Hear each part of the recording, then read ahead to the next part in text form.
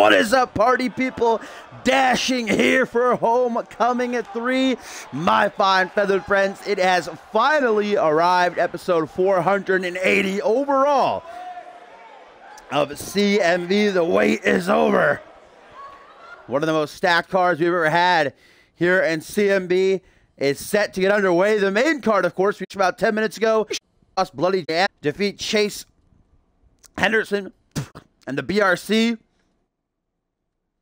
Then we saw Percy Simmons retain his CMV Light Heavyweight Championship against Brandon Rain, unfortunately against Countout, using his champion's advantage to ensure that he remains champion. And then we enter a very hard-hitting matchup as D'Angelo Prince dethrones Jaquan Shea. But now it is time. 7 matches. Hype as fuck. And it kicks off in a big way.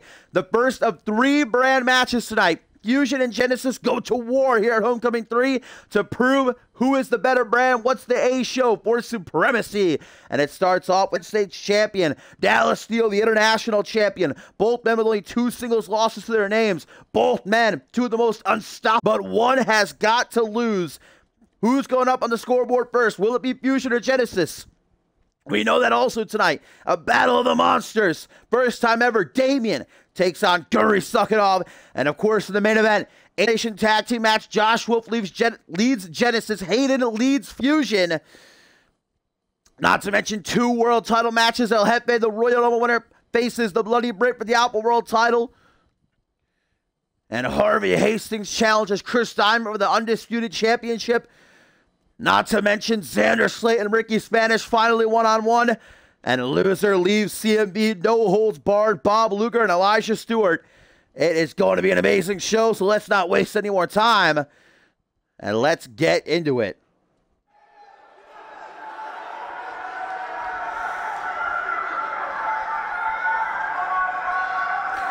Beautiful arena as always. Credit to the one and only Topher.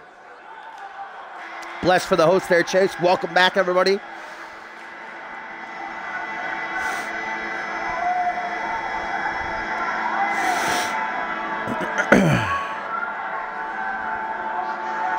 And here he comes, the ominous Alistair Knox, the CMB United States champion, has held the title for just about 2.5 months, and already with 3 defenses under his belt. Announced earlier on the pre-show that the next time he defends his title will be in 3 weeks on Fusion 30. Well, 130, I should say.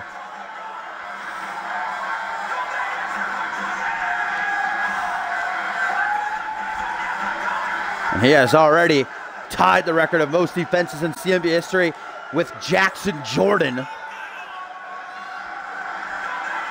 So Knox with an opportunity to break that record in 3 weeks. But here tonight, whether he wants to or not, he is representing Fusion. Has plunged the United States Championship into an era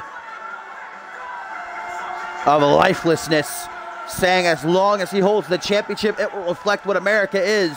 A place that sucks the life and color out of its victims. People come here looking for the American dream, looking for the big break, but all they find is sorrow. Only 2 men can say they defeated Alistair Knox here in CMD in his near-year career. As a former Rising Star champion and Anarchy champion, Knox is the irresistible force, but he's about to meet the immovable object and the perfect specimen, the God Killer, Dallas Steel.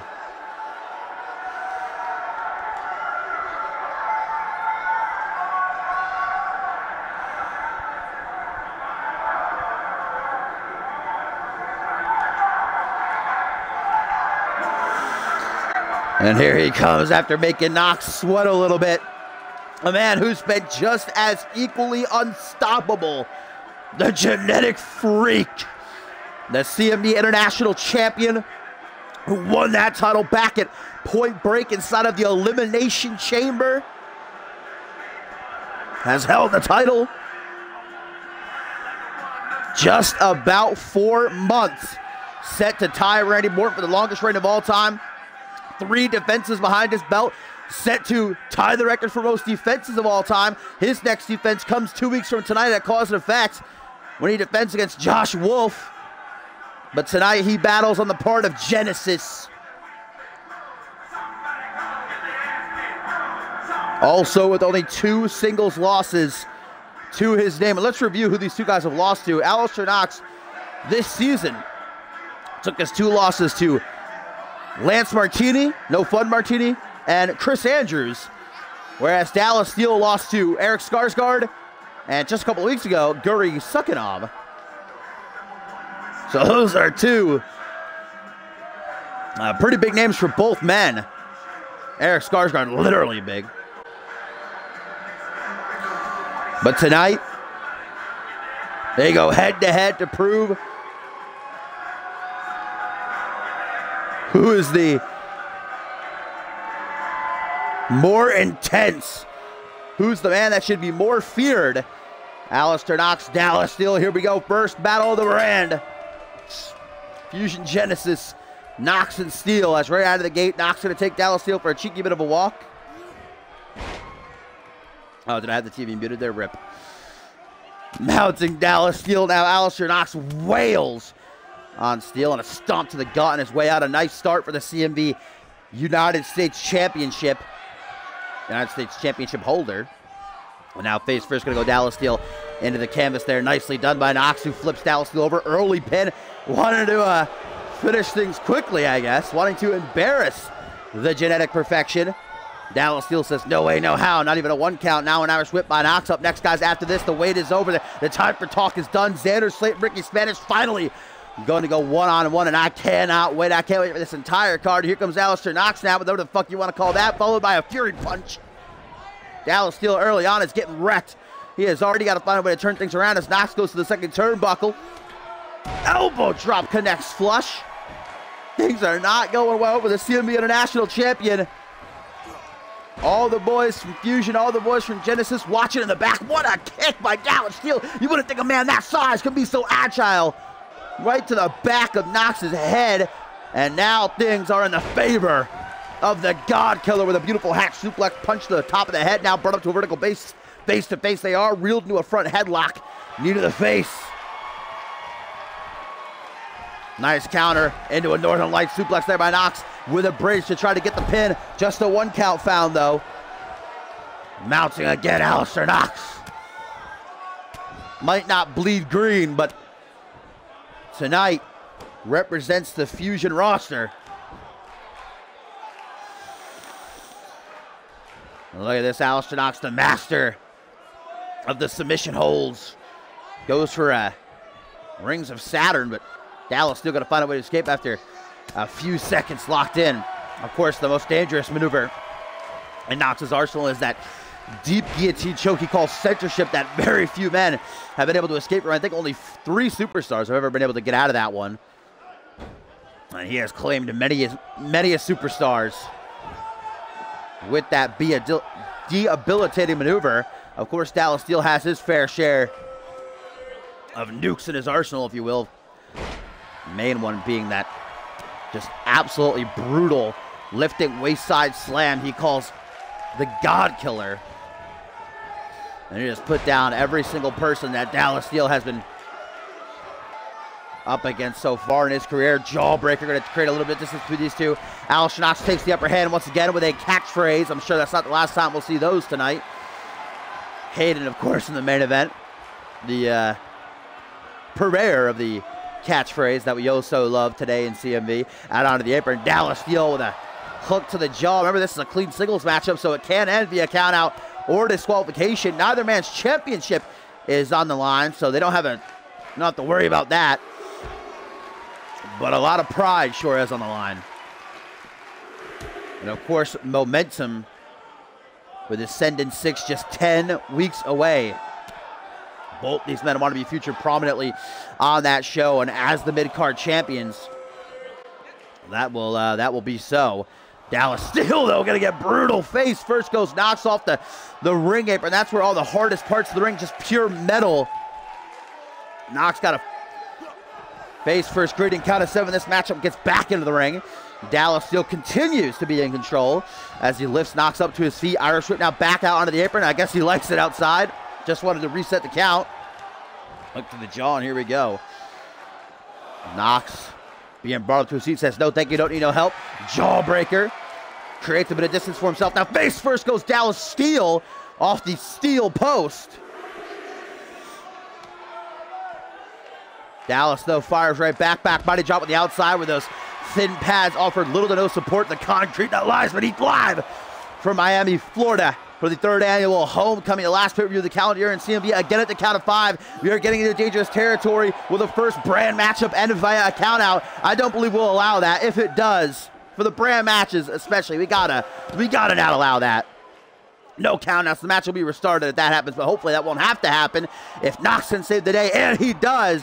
Throw him back into the ring. These two are cutting it close, but now Knox wants to go with the driver's seat bicycle knee. Lights up the chest of Dallas Steel as if it's the 4th of July, and now Knox to the corner. Revving himself up, hyping himself up. Dallas Steel going to try to use the ropes, get back up to his feet, maybe luring Knox in, double boots to the chest, sends him flying back, and Dallas Steel says a quick prayer. Legs crossed, crisscross applesauce, deep breath. Knox to his feet on spaghetti legs. The perfect specimen, the genetic perfection. Squashing Knox into the corner. Wobbles out. Snake eyes. Dallas Steel rebounds. Big boot. Crunching Knox's bones. Again off the ropes. This time a leg drop. Dallas Steel steps back like a shark in the water, smelling the blood of its prey. Sizing up the competition. Shouldn't waste too much time though. And he doesn't. Vintage Dallas. Back suplex. Lifts Knox lifeless carcass up. German suplex. Alistair is in La La Land. The United States champion is in big trouble. The Genesis boys in the back, I'm sure, on their feet. Vertical suplex now. The God Killer looking to do just that. Looking to vanquish the unvanquishable. Looking to defeat the undefeatable. Looking to put an end to Alistair Knox, the God Killer. Will it be enough? 1, 2. No, it will not. And you were stupid to think it would. Alistair Knox showing off that resilience you've come to expect from him. Stays in the game for now, but he's got to turn the tides, and he does just that. There it is. The deep guillotine choke he calls censorship is locked in, and Dallas Steel's in all sorts of trouble. Steel, but Dallas becomes one of the few to escape that. Throws Alistair Knox off, and the match will continue. Both men throwing their biggest maneuvers at each other. But censorship, maybe Dallas Steel is too beefy. He's too swole for Knox to get that fully locked in. United States champion, though, even though he might be a bit shocked, got to get himself back into the game. Shake them cobwebs, snapmare now. Goes to the top of the head, elbow to the dome. Goes to the pin now, does Alistair. 1, 2. No, I think Dallas Steel is only the 4th. Then there was Chris Sanders escaped for it, Lance Martini, and Dave Turner. Well, the only ones to ever get out of it. To actually escape from it. I'm not counting rope breaks or anything. So Dallas Steel definitely showing his ability to fight through the pain here. And now the 3 amigos. What power being displayed by Dallas Steel. The CMV International Champion misses a stop. Alistair Knox pops back up. Irish whip into the corner.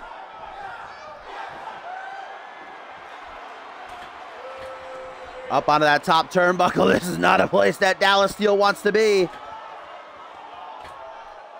What the fuck? Oh! Knox with a brainbuster! Onto that top turnbuckle. Can you imagine if it was exposed? Holy shit. What? Knox and Zaire never fall. I don't even know what you're on about right there.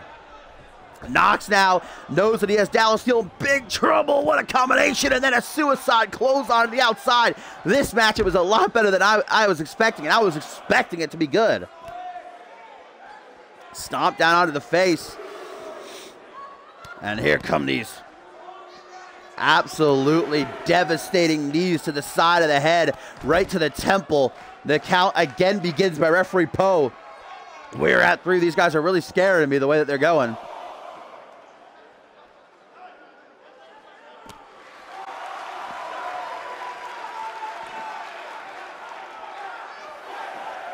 Count of 5. Dallas Steel thrown back into the ring. I keep getting out of the edge of my seat every time they go to the outside. They have not disappointed, though. And Alistair Knox a second time digs his knee into the chest of Dallas Steel. Now turns to the fans and attendants, arms wide, soaking up their adoration as now his finger to the trigger again, making sure there's no rope breaks, drags Dallas Steel towards the center of the ring, and censorship is locked in again.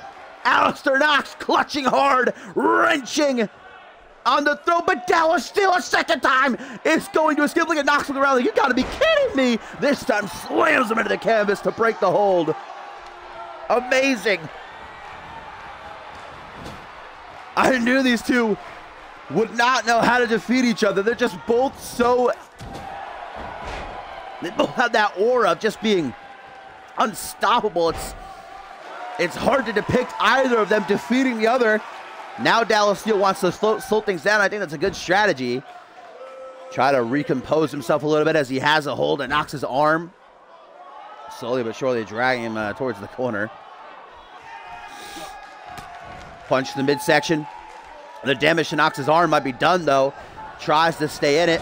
Feels himself drifting into the deep end. Oh, what a drop kick in the corner that was. And that might be enough to do it, guys. 1, 2. Just a 2 count, though.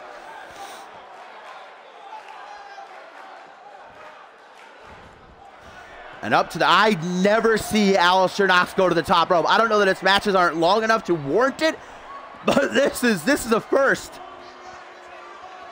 The United States champion has to dig down deep. Oh, and an elbow right to the top of the head, then goes to the top rope again.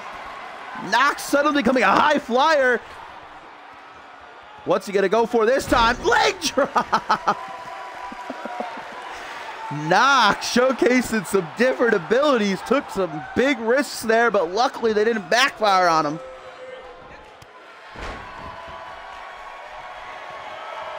Dallas Steel again tries to recollect himself. Closes his eyes, takes a deep breath. Now closes back in, elbow to the side of the head, rocks Alistair Knox, and here we go once more, back suplex. There's the German suplex. And the vertical puts Alistair Knox in a very bad situation here to kick off the main card of Homecoming 3. Brand versus Brand, Fusion versus Genesis. Who's going to go up first on the scoreboard? Dallas Steel positions himself, lining up the shot. Alistair Knox no counters. The God Killer, second attempt, claps the temples. Dallas Steel stunned. Knox closes in. A third time censorship, deeply locked in by the United States champion. He's escaped it twice, but there will not be a third time. Dallas Steel submits and Fusion goes up on the scoreboard. Alistair Knox is victorious and proves he is the deadliest player of them all.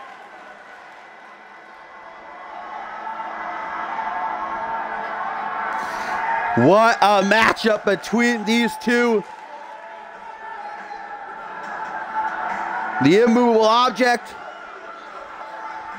face the... Wait, what is it? The irresistible force. I just completely forgot the old saying for a second. They clashed, though, and it was well worth it. What an amazing bout. Alistair Knox puts Fusion up 1.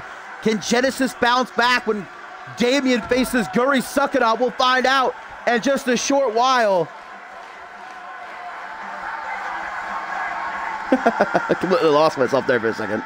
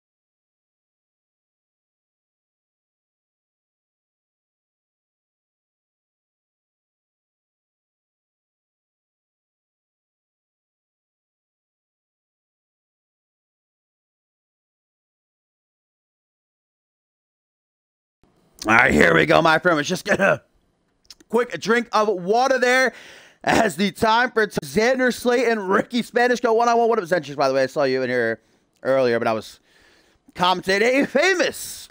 What up, what up? Well, this matchup has been building for over 2 months. Slate has done his fair share of trash talk in Spanish for the most part. Slate just a couple of nights ago on the Big Brown Breakdown and what? Oh, Xander Slate arriving in style here at Homecoming 3, baby. One half of the CMV World Tag Team Champions ascending from the heavens for this huge match. The OG Dirty Heel soaking in the hatred of the audience. I don't think there's going to be a fan favorite in this matchup. Both men garnering the heat from the CMV universe. Can't say Slate doesn't know how to make an entrance, baby.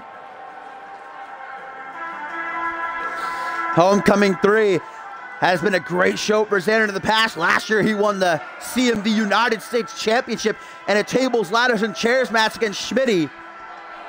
This all started between these two back at Absolution when Ricky Spanish entered the Royal Rumble match. Afterwards, Xander Slate felt as though his spotlight was stolen from Spanish and the other unmatched guys who made an appearance, going on record to say as such.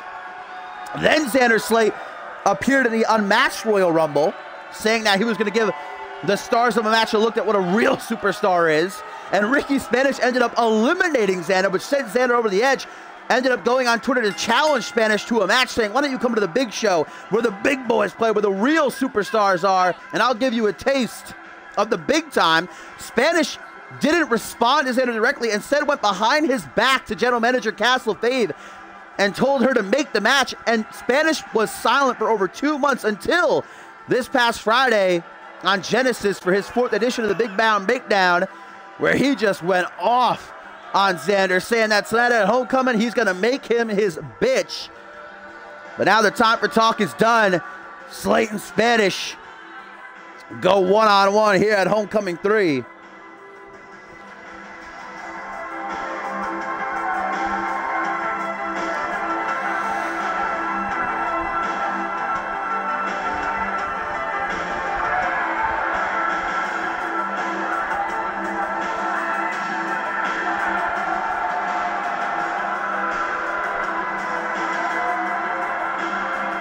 And still a huge night of action to get you up next. It is the second battle of the brands when Damian meets Gary Suckanov, and hopefully that ring is double in force for that encounter. And then we have our first world title match of the night when Harvey Hastings challenges Chris Diamond. Bob Luger, Elijah Stewart, loser leaves, no holds barred matchup. One of those men's CMV careers going to come to an end. It is the matchup that probably most people are looking forward to here tonight, and I am one of them. It is going to be a hell of a match. Going to be sad to see either of them go, but here he comes. Ricky Spanish, baby. A former television champion and global champion on one of the biggest stages we have here in CMV, coming to greet Xander to the rings, give him a big old bitch slap, and put him down for the 1, the 2, and the 3. Probably two of the most egotistical men in CMV history, about to go head to head.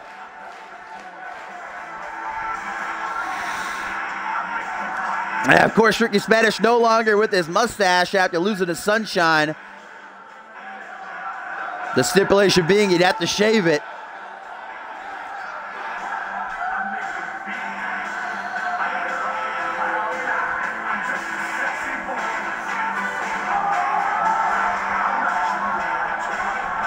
So here we go.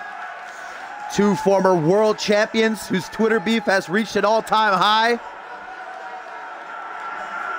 No more talking, though. Only action.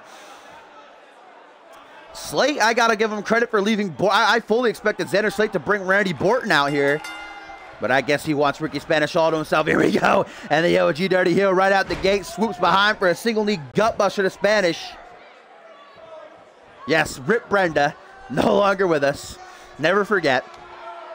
Rebounds off the ropes. This is a nice start for the show with a complete shot. And Ricky Spanish already looks to be in La La Land. Xander Sleep, he's fine about himself. Whoa! Action roll and then a super kick, completely catching Slade off guard. How awesome was that? You know, Ricky Spanish is a bit infamous in the CMV locker room for taking other superstars' finishing maneuvers and using them at will. That's his open hand fucking. Oh, there's the code breaker.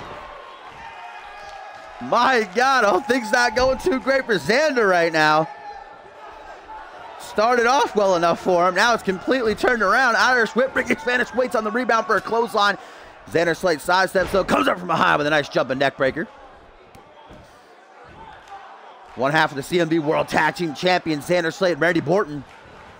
I'm sure watching backstage, I'm sure Spanish would have some people watching if he actually had any friends. See how Ricky Spanish just took that strike? Looked Xander dead in the eye, said, "Bish, that's all you got." Pull back attack, neck breaker. This is a clean singles match, so Ricky Spanish got to be careful. He told Xander Slate that the rings will make an appearance, but if referee Poe sees that, he very well may call the disqualification. So look at this now. Ricky Spanish masking his rake of Xander Slate's eyes. Dirty heel tactics already being employed, but Xander Slate ain't called the OG Dirty Heel for no reason. I'm sure we'll see him fire back. Again, gonna rake the eyes. You'd think Xander would have these all well scouted, but maybe he underestimated Ricky Spanish. Ricky is a former global champion, though many people debate if Ricky should really have that accolade because he didn't actually defeat Sunshine. He defeated a Sunshine lookalike to win the championship. But either way, it is still down in the history books that he held the title. Also a former television champion. Of course, Xander Slate, a Season 1 veteran of CMV, first ever Money in the Bank winner, two-time world champion, United States champion, and two-time current world tag team champion. Ricky Spanish, big old knife edge shot across the chest, now brings Xander to his feet again with that open hand strike directly to the face, and Spanish goes up to the second turnbuckle. Ain't no high flyer, sends a kiss to Xander's way, though lands right across the leg. That's an interesting strategy by Ricky, perhaps going to make a target of Xander's leg here, maybe go for a submission of some kind. We'll have to wait and see. Yeah, Ricky Spanish out here to make Xander Slate his bitch and become his daddy. A lot of trash talk about Xander's mom and Ricky Spanish's big brown breakdown this past Friday night on Genesis. Punched the midsection there by the OG Dirty Heel. Now charges big old clothesline, nearly takes Ricky's head off.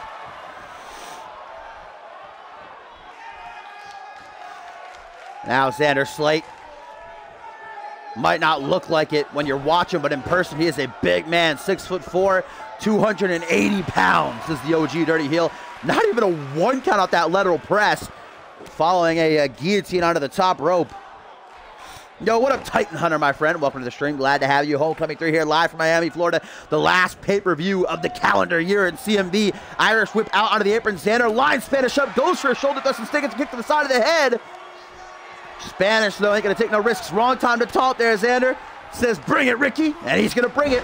Nice K2. Leg drop, bulldog, modified a bit to Spanish's liking as he hooks the leg. One. Oh, just a one count. Nothing on the line between these two but pride. And I guess if Ricky Spanish were to win, that would feel pretty good for the boys of Unmatched, for Spanish to come into Fusion Genesis territory and beat one of their top stars. Nice reverse mat slam. Xander Slate's feeling it, coursing through his veins. Catches a second win. Spanish is in trouble. Brought up to a vertical base. Clothesline. Clothesline again. Ducks Ricky's clothesline. Rebounds off the ropes, baby. Vintage Xander Slate with a toe throw, single knee backbreaker. Things are going the way of the OG Dirty Heel. Can he keep it up? Spanish, though, fires right back. Ain't wasting no time. Shakes them cobwebs. Punch to the gut. Closes in. Kick to the midsection. And an axe kick by Ricky Spanish. The heel of his boot right to the back of Xander's skull. One. Just a one count, though. Xander immediately tries to get back up to his feet, perhaps out of pure instinct, but gets kicked in the gut like a down, unwanted dog. And the rings of Ricky Spanish. Poe didn't see it. Ricky's back was turned to the referee, and now Ricky soaks it in, baby. He got off the cheap shot. All those rings connected right to the side of Xander's head. Xander tries to move around, looks to use the ropes, get back up to his feet, but he's in La La Land. Digging down deep to fire back here now. Nice vertical suplex by Xander Slate. Not just one, though. Gonna bring through a second. And then it looks like a third. The three amigos by the show. Xander Slate, irritated, not happy about the way this match has been going so far for him. Snaps back to reality though. Kick to the midsection. And the future shock DDT lays Spanish out. Xander into the pin as quick as he can muster. 1, 2, just a 2 count, but boy was that a close one. Xander like, what in the hell? How was that not enough? Spanish is not looking too good, and now Xander's lining up his shot. Big trouble. Ricky Spanish is in. Clean Slate countered. What a clutch by Ricky. Sends Xander Slate overhead with the fireman's carry. Now Slate brought up to his feet. He can't believe it. Kick to the gut. And Ricky is looking to roll the dice into the pin on Slate. But a rope break saves the OG Dirty Heel from what may have been a defeat. Unlucky ring positioning for Spanish. Just narrowly got his foot under the bottom rope, did Slate to save him there. Look at Ricky Spanish now having some fun. He knows that he's in control. He knows that Xander's hurting bad right now. Kick to the gut. Xander says, you, brother. Turns around. Double axe handle. Xander now mocking the CMV universe while simultaneously trying to hype himself up. Make sure he stays in the game, just watching as Ricky gets up to his feet and a clothesline down to the outside of the ring.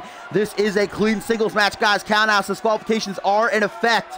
And I wouldn't be surprised if either one of these men try to take one of those routes. Ricky Spanish gonna make sure that don't happen, though. He knows Xander Slate. Sends him back into the ring. And what is Ricky thinking here? It ain't gonna be anything good for the OG Dirty Heel. Up on one knee, punch to the back of the head, action roll though by Xander. Now he charges Ricky. Luthez press, raining down some right shacks. Busting Ricky wide open. Blood beginning to gush from that gash on Spanish's forehead. And Xander from the second turnbuckle, beckoning for Spanish to rise to his feet. And what a drop kick by Slate. He ain't one to usually go up through the air and take risks like that, but when he does, it pays off. Lateral press, just a 2 count. What a match this has been so far between Xander Slate and Ricky Spanish. And Xander, like it ain't no thing but a chicken wing, baby. He ain't worried. Like I said, these two, perhaps some of the most egotistical we've ever seen in CMV history. But that time that Slate wasted, he should have known better. He's a CMV veteran. Xander Slate countering whatever Spanish was going for there. And now the clean Slate again caught just in the nick of time by Ricky Spanish. Spanish's life flashed before his eyes, and now Spanish gonna stop a mud hole, and Xander Slate flips him off, double bird, and walks him dry. Kick to the gut, caught though by Xander, up into a powerbomb. What a reversal that pays off big time for this show. Xander Slate's had just about enough. Lifts him up to a vertical base. And the clean Slate countered again by Ricky Spanish, sent flying overhead is Xander. And Ricky, a second time, looks to roll the dice. No rope break this time, I don't think. Or will he get lucky again? Xander getting lucky again with the rope break. Ricky Spanish now is getting agitated. He is pissed off, and rightfully so, raking at the eyes of Xander Slate again. Spanish close to victory, but gets screwed. Small package driver, though. Keeps up the assault. Spanish continuing to bleed from that cut. Opened up across his forehead. It is not looking good for Ricky Spanish. Might need stitches, but right now completely focused on Xander Slate, who's now busted open as well. With that face buster, they look each other in the eyes. Ricky Spanish with a snapmare into a surfboard stretch, digging the knee into the spine of Xander while wrenching back on the arms. Truly a devastating submission hold, but Xander Slate's not looking to stick around for very long. Battles back up to his feet, elbow to the gut. Now where's he going? Xander Slate not liking this match is going, and Ricky says, suck it, baby. Just like your mama will later tonight. And that gets Xander Slate agitated. He was thinking of maybe walking out, but Ricky Spanish lures him back in. Talking that age-old trash like only he can. Ricky Spanish now has Xander up high, not a place he wants to be. High rent district, but Xander counters, elbow to the head. He ain't no risk taker. Big old spine buster by one half of the CMV World Tag Team Champions. Dragged by the legs towards the center of the ring. And Xander Slate gonna go down. Oh! Low gut to the midsection. Xander Slate with malice. Has Ricky Spanish in trouble. Action rolls out of the way to Spanish, though. Now closes back in. Mama squared, baby. The modified leg drop bulldog by Spanish. He hopes that'll be enough, and perhaps it will. Been a brutal matchup between the two so far. Anything can do it at this point? No, but nearly 2.9999999 for Spanish. And Xander is bleeding bad, guys. Ricky Spanish making a target of that cut. Donning that proverbial crimson mask, bleeding like a stuck pig. And Spanish, who's been screwed out of the win twice in this matchup via Xander getting a rope break, now leans Xander up against the ropes and knees him right in the midsection. What a brutal kitchen sink that was. And again, an elbow to the top of the head. Xander Slate is in serious trouble right now, trying to keep his head above the water, but Ricky Spanish staying on top of him. And now look at the power of Spanish. Wheelbarrow facebuster. Spanish collapses down to one knee. That took it out of him.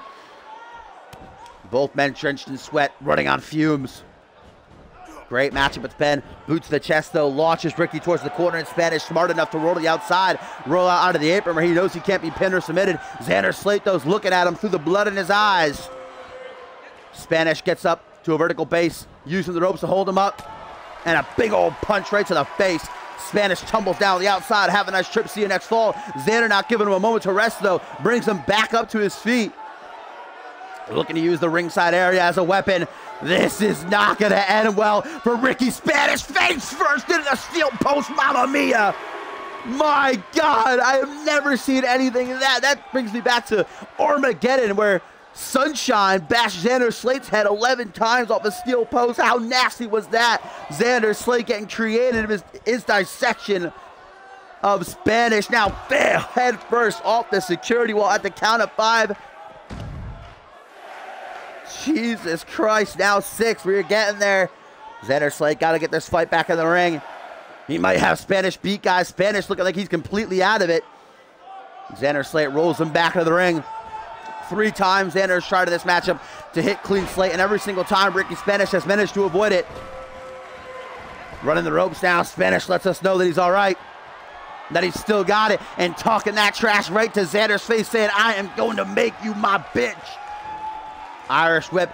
Xander to the corner. Spanish charged him. Forearm smash into a single arm bulldog. Xander Slate, eyes glazed over. Spanish has him right where he wants him. Kick to the gut. Hangman's face buster into the pin. 1, 2. Just a 2 count. What does Ricky have to do to keep down the OG Dirty Heel at this point of the matchup? Both men busted open. Both men tired, but so the rings again, and that one was blatant. Poe saw that, no doubt about it. The rings of Ricky Spanish pulled out of his tights and connecting right to the side of Xander's head, but Poe does not call for the bell, being very lenient. He knows the fans want to see a decisive winner between these two, but a jawbreaker from Slate takes it in stride. Kick to the gut, caught by Spanish, says, you can't see me. Big old punch again. And now Spanish to the corner, gonna tune up that man, baby. Xander Slate to his feet, no idea what's coming. Sweet chin music. And Xander is down. Spanish makes sure there's no rope break this time. 1, 2, 3. Ricky Spanish has defeated Xander Slate here at Homecoming 3.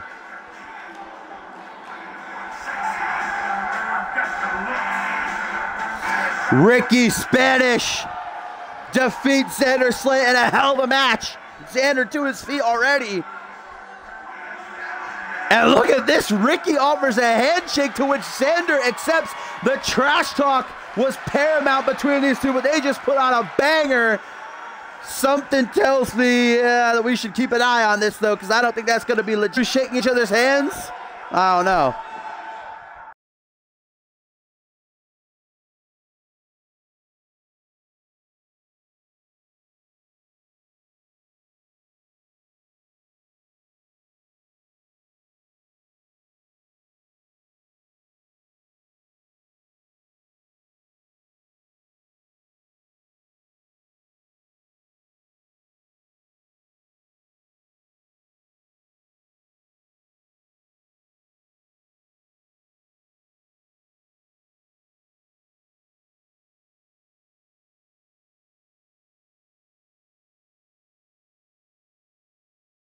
Blessed for a host again there, Chase. Appreciate you. But here we go, guys. Now back to the Battle of the Brands after a great victory for Ricky Spanish here at Homecoming 3, coming into enemy territory, putting on an instant classic and walking out with the victory. As now it is time for Fusion and Genesis to come to blows once more. The main card kicked off as Alistair Knox was able to defeat Dallas Steele and put Fusion up on the board. Now it's up to Guri Sucking to tie it and send it to the main event. Or will Damien ensure that Fusion wins the night no matter the result of the main event 8-man elimination tag team match? Two monsters go head-to-head, and hopefully that ring is double, triple, quadruple reinforced, because there's about to be over 600 pounds of humanity in that ring. Bless for those cheeky bits there, Ogon.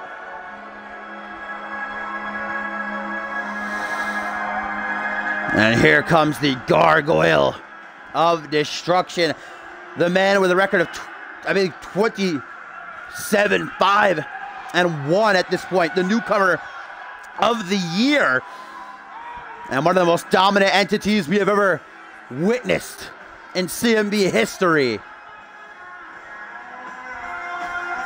But he's about to beat the Russian Ogre, a former Alpha World and International champion, a man who in over a year career in CMV has only been defeated 5 times in singles competition.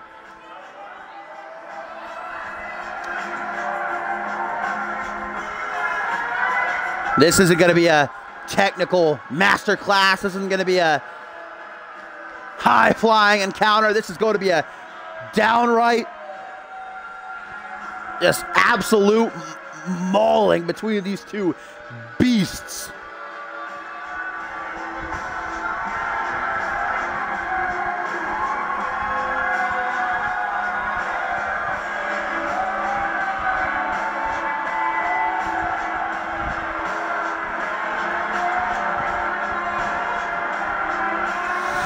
Yeah, if Damien does win, then technically, no matter the outcome of the main event, Fusion will win the night, but definitely whichever team wins that main event will have the bragging rights at the end of the show. That's the big match that everybody's eyes are on.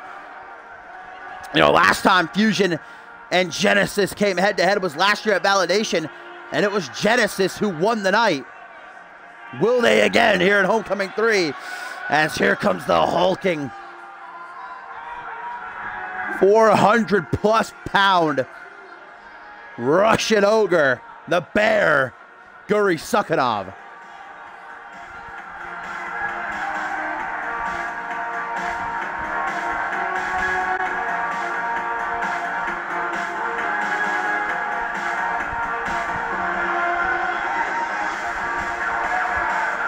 Here we go. Monster versus Monster. Fusion versus Genesis. Can Damien put Fusion ahead, or will Guri Sukhanov tie things up? After Knox was able to defeat Dallas Steele at the top of the main card. And here we go. These two monsters. Damien starts off the match by biting Guri Sukhanov. That ain't a meal, Damien. That's your opponent, friend. And look at Damien just wail on Guri Sukhanov. Damien knows that this is probably the biggest match of his career. You know, he had a shot at the world title back at Regicide in that Fatal 4-Way match, but if he can defeat Guri Sukhanov, who for the past year and a half has been the focal point, the talk of the town as being the monster, the brute of CMV, it'll give Damien that mantle.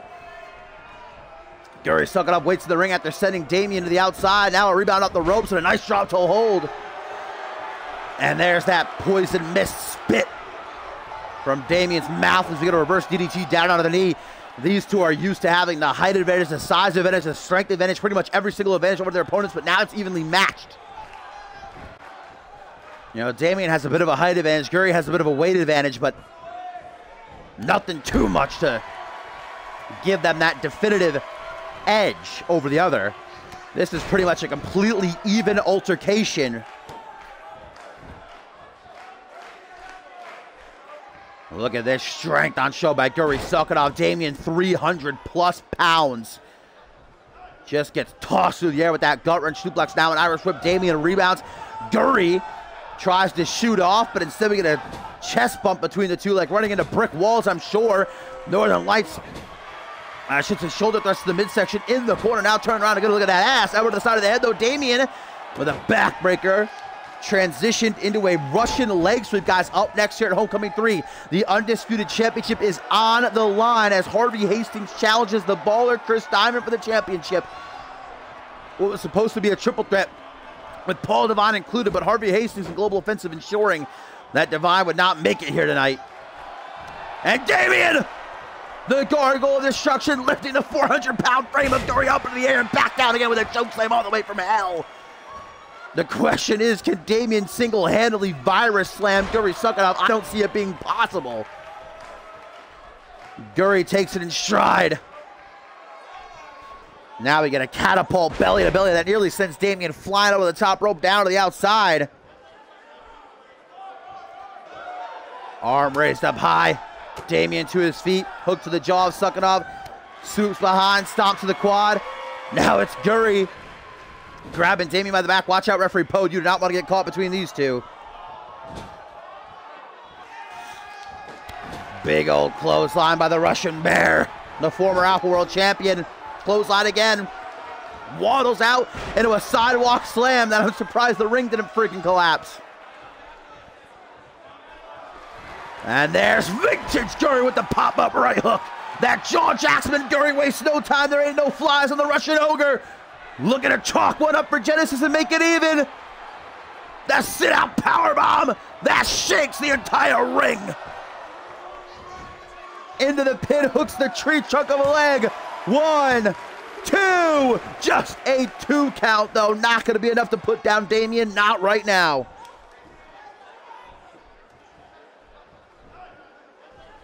Trying to keep the attack on though. That powerbomb was not enough. Guri knows he's in control and has to maintain that. Can't allow Damien to take the driver's seat as he's doing right now. Propped up into a seated position. And Damien just looming over Guri Suckanov like a dark tower. And now Damien decides to go for the leg, a strategy that is often employed by smaller men when against bigger opponents. Oh! Can he actually do it? Damien lifting the 400-pound Guri by one hand with a virus slam. Oh my God, he actually managed to do it. How incredible. 1, 2, just a 2 count though. Guri reciprocates to Damien, kicking out of the sit-out powerbomb, and Damien can't believe it. There's only been one man to ever kick out of the virus slam, that being Shanaz Andoni, who kicked out of 3 somehow. But Damien, the virus claw, the virus claw. Damien says that ain't enough to get you. Maybe this will be enough. That meaty claw of his wrapped around the chrome dome of Guri. And Guri passes out. No tap, but Damien is victorious. Poe calls for the bell.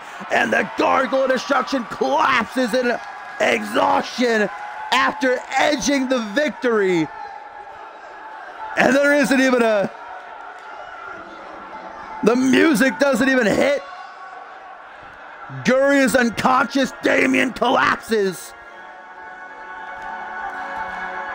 And Guri, just regaining his composure now, takes the walk of shame to the back after failing to tie things up for Genesis. But Damien's not done. Wants to put an exclamation point on the attack. Fusion goes 2 up over Genesis. It's up to the boys in the main event to get the job done. But right now, Damien destroying Guri after the match has already ended. Completely unnecessary, but Damien wants to make sure everybody knows who the monster is.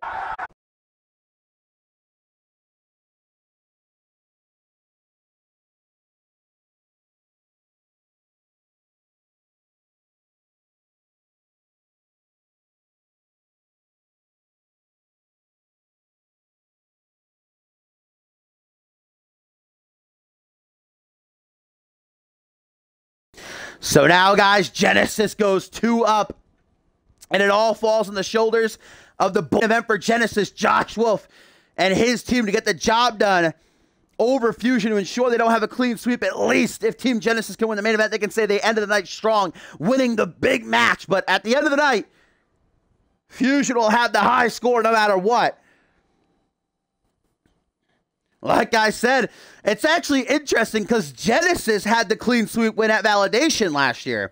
There were 3 brand versus brand matches there. If I remember correctly, Zach Cage defeated Chris Andrews. Randy Orton defeated Azrael. And then Team Genesis won the tug of war. So it was a clean sweep for Genesis last year. Now it might be a clean sweep this year. It might be. We still don't know. But right now, the CMV Undisputed Championship is on the line as Harvey Hastings challenges Chris Diamond for the grandest prize in all of CMV. And still to go after this, CMV no-holds-barred match for Stewart. Not to mention Royal winner El Jefe challenging Chris Andrews for the Alpha World Championship. And the 8-man elimination tag team match in our main event. This, of course, was supposed to be a triple threat, but Harvey Hastings ensured his better odds earlier this week on Fusion when he and Global Offensive brutally attacked Paul Devine, breaking multiple ribs and keeping Devine out of action here tonight, stealing Devine's chance to make history and become a 6-time world champion. Now Harvey Hastings is just one pinfall submission away from becoming the CMV Undisputed Champion. The opportunity he had last month at Emergence, but failed in defeating Paul Devine. And then that, of course, is the night that Chris Diamond cashed in Money in the Bank, defeating Devine to win the title. This is Diamond's first defense. And Diamond, honestly, has got to be happy about what Hastings did, because in a triple threat, Diamond wouldn't even have had to been pinned in order to lose his title. Harvey could have pinned Devine, and Devine could have pinned Harvey. Why is he in his regular attire, by the way? Rip in peace.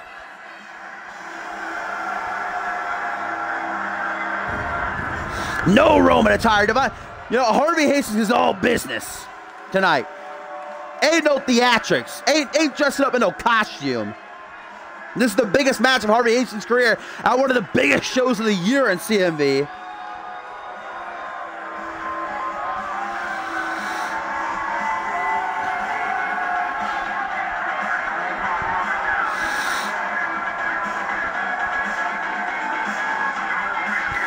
Harvey Hastings realizes that if he is not victorious here, another shot at the championship.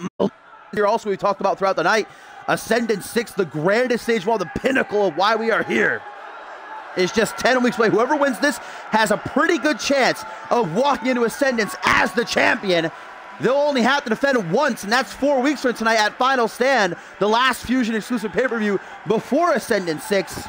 As here he comes, the baller baby, dressed up in the finest of wares, flashy as usual. Now Diamond having an interesting run-in with PJ Moon earlier tonight before the show started backstage. PJ Moon and Chris Diamond getting into a bit of Twitter beef a couple earlier this week. And they actually challenged each other to a match. PJ Moon showed up tonight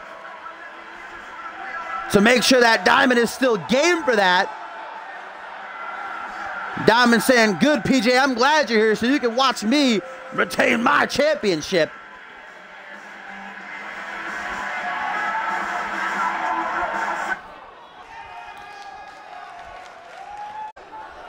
Two British world champions currently in CMV. Of course, Chris Andrews defends his Alpha World title later on in our co-main event against Rumble winner El Jefe.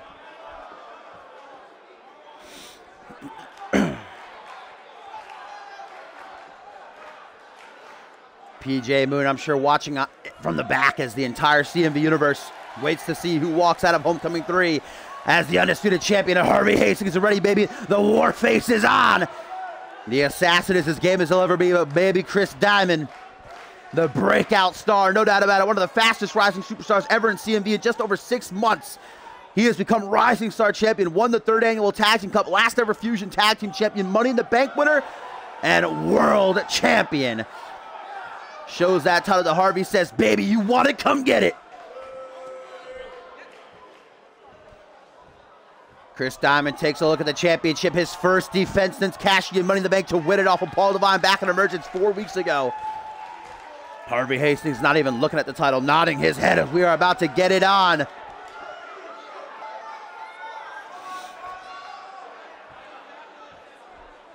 On the horizon is Ascendant 6, and one of these young men have the opportunity to headline, and we get a handshake. Not surprising, because they shook hands earlier this week on Fusion after getting that 8-man tag team win. So we know that there's some mutual respect between these dirty heels, but any sort of that is out the window now as the bell rings. We get a collar double time at the beginning, side headlock. Harvey Hastings thrown off the ropes, and now a powerbomb counter rolls through this Harvey, and gonna try to steal it early. Will this be the quickest world title match in CMV history? No, Diamond counters the momentum, tries to get it for himself, but not even a 1 count. Kick to the side of the head, caught, tripped up. The challenger. This matchup just 10 seconds in already, I'm on the edge of my seat. The assassin, though, gets pushed away, boot to the chest by the champion, Chris Diamond. Punch to the back of the head. Arm drag counter by Harvey Hastings. And a hurricanrana, nicely done, very agile is Hastings, as I'd say, more technical than anything else, but he can surprise you from time to time with his agility and what he can do. Super kick out of nowhere, connects right on the button. Might have knocked a couple of teeth down Chris Diamond's throat as Harvey Hastings goes on the top rope. Is he already looking for Blitzkrieg? No, I was about to say, goddamn, Harvey Hastings ain't getting paid by the hour, it would seem, as he goes for a Dragon Rana, but unfortunately horribly botches. He did take Chris Diamond down, but it looks like he hurt himself in the process. That did not go the way he wanted it to. Nice reversal right there. And Harvey Hastings with the headshot. Hastings in the top rope. Now looking for Blitzkrieg, the challenger, the assassin. Oh my God. Looking to make quick work. 1, 2. Just a 2 count though. Holy camoli, mamma mia. Harvey Hastings, maybe a mile a minute. And now, I think that was a show by Harvey saying, Diamond, I can beat you anytime I want. Do not underestimate me. And Diamond back up to his feet. He's already battling from underneath. The champion in big trouble.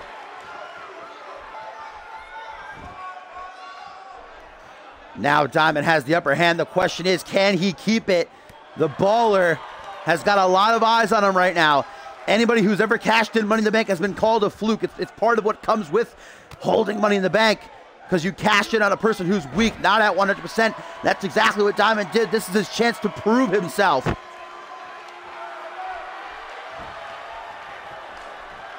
And Diamond feeling good about himself now. Panders in front of the CM Universe, but this is the biggest match of his career. Should he be wasting time like this? I don't think so, though. I'm not a competitor. I'm not in that ring. Shinbreaker.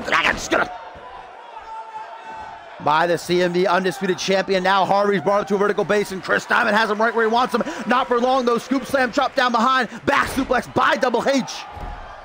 The grandest prize in all of CMV hangs in the balance, and Chris Diamond has that champion's advantage. You got to keep that in mind. We saw Percy Simmons earlier tonight on the pre-show use that, winning by countout over Brandon Rain.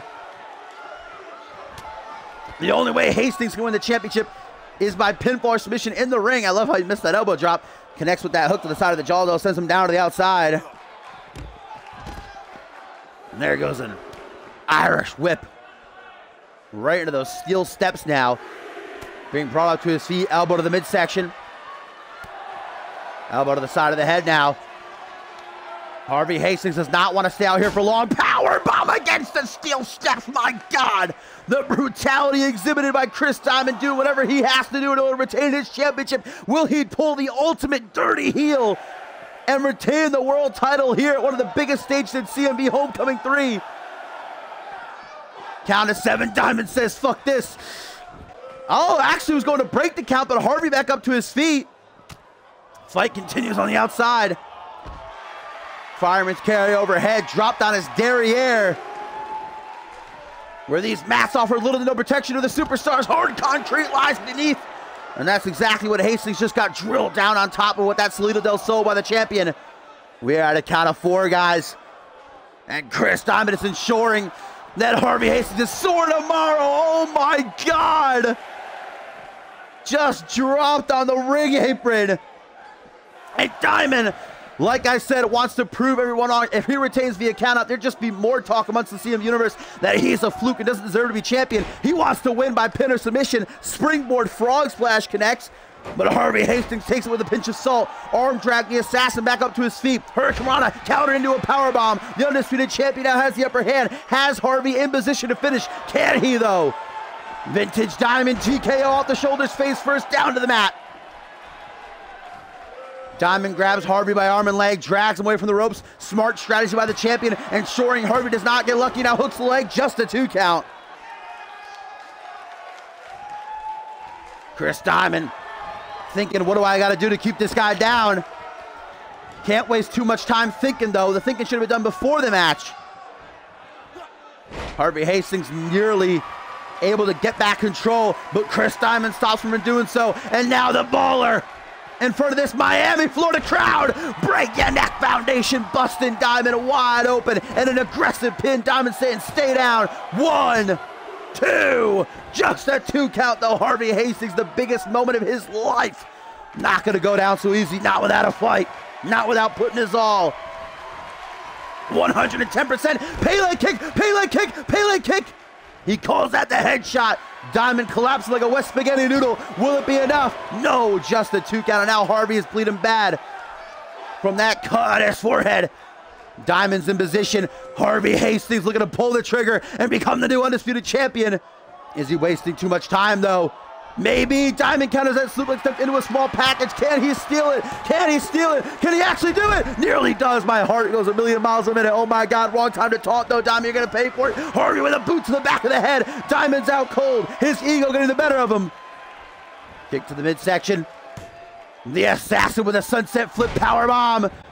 Shades of Chris Diamond's best friend and tag team partner, Rob Cross, who won off of that same maneuver earlier tonight on the pre-show. Double axe handle by Diamond. Double axe handle again. Ducks the clothesline. Roll through. Boot to the side of the head. Harvey looks for refuge in the corner, but he's not going to find it. Chris Diamond lets out a roar. Now the champion closes in. Kick to the side of the head. Diamond with his athleticism being displayed beautifully. Handspring moonsault. Will that do it? No, just a 2 count. Punch to the gut. Harvey's not quitting just yet, though. Still some life left in him yet. Fireman's carry takes overhead. Tip for tap. Both these men back and forth. They know the end is nigh. Who's going to walk out of Homecoming 3 as the undisputed champion roll through? Again, a kick to the chest. Going to light it up with the 4th of July. Harvey Hastings grasping at his sternum in all sorts of trouble. Chris Diamond tries to shoot to finish. Harvey Hastings knows it. Clutching. Kick to the gut. And again with the sunset flip powerbomb. Poe gets out of the way. Make sure he's going to get caught in the crossfire. Harvey Hastings decides it's the opportune time to mock the CMV universe. And Harvey to the top rope now. Diamond in position. The closing moments are upon us. Hastings from the top. But Diamond begins to stir, which forces Harvey Hastings to jump down from the top rope. Now he has Diamond in position again, but has too much time been wasted? Can he get up there in time? Harvey Hastings from the high red district. Blitzkrieg, but Diamond, it was a trap. It was all a ploy. The undisputed champion reels him in. Harvey falls for the bait, but now he counters Diamond's big shot. Taking Chris Diamond for a walk, Snapmare now. What a world title match this has been. These two showcasing why they are headlining Homecoming 3 and fighting for the grandest prize and all of CMV.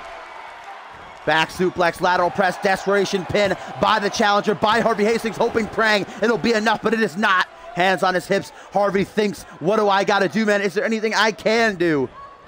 And there is! To the top rope. He hit it once. Just tried it a few moments ago and it backfired. Will the third time be the charm? No. Diamond again begins to move out of the way and Harvey is forced to rethink his strategy. Now Harvey with his finger to the trigger. Diamond to his feet. Taken down. You're not getting there. It is. The Anaconda Vice being applied by Harvey Hastings. Diamond's in trouble. His world title reign in jeopardy. And Diamond taps out. We have a new undisputed champion. Harvey Hastings does it. Harvey Hastings is the new CMV undisputed champion.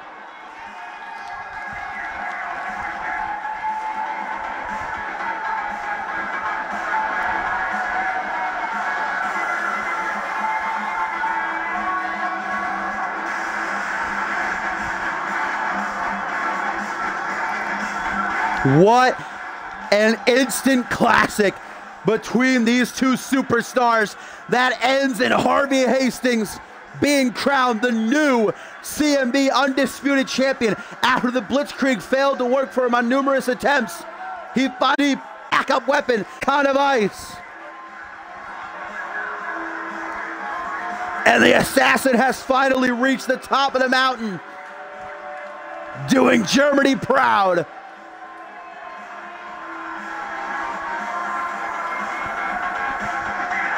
On one of the grandest stages in CMV, Harvey Hastings stands tall with the grandest prize now in his hand.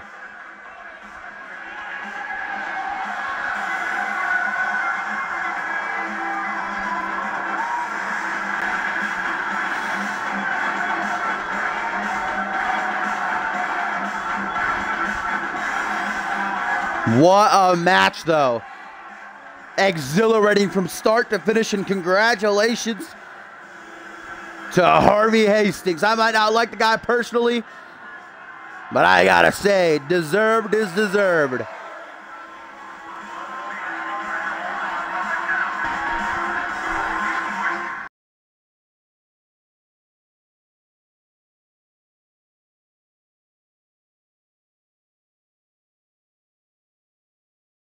Fuck me, it must have reset pay-per-view attires when I had to restart the game, so rip everybody else, my bad.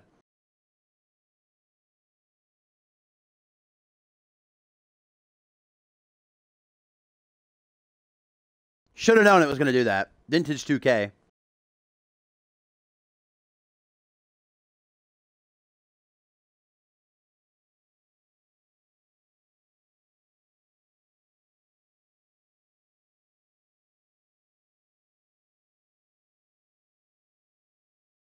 But no, Luger does have the attire.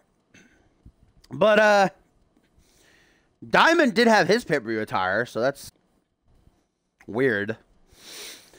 Either way, guys, it is now time for our tertiary main event, and the matchup that probably has the most eyes on it.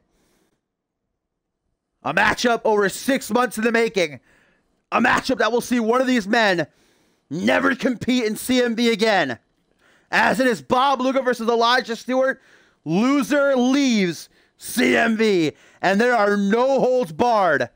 How else could this rivalry have ended? The life absolutely turning his career upside down. Bob Luger and the Clique made Elijah Stewart's life a living hell for months and months and months, to the point where they broke him down so bad he joined them.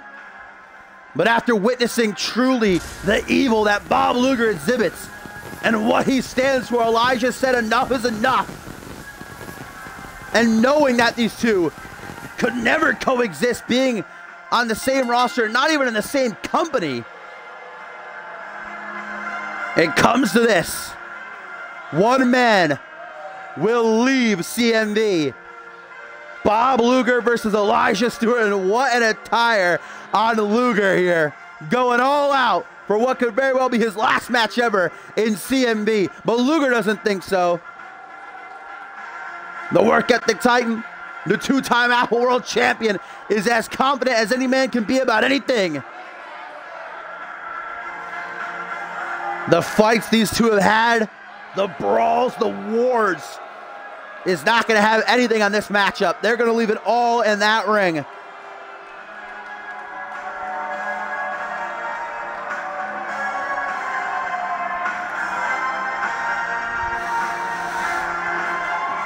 And here's a tweet, guys, from the new undisputed world champion, Harvey Hastings. He said, "Diamonds are breakable. You are not worthy." And here he comes, the good vibes kid, Elijah Stewart, the man who has faced more trials and tribulations in 6 months than most people will in their entire life. He's had ups, he's had downs. A two-time Alpha World Champion.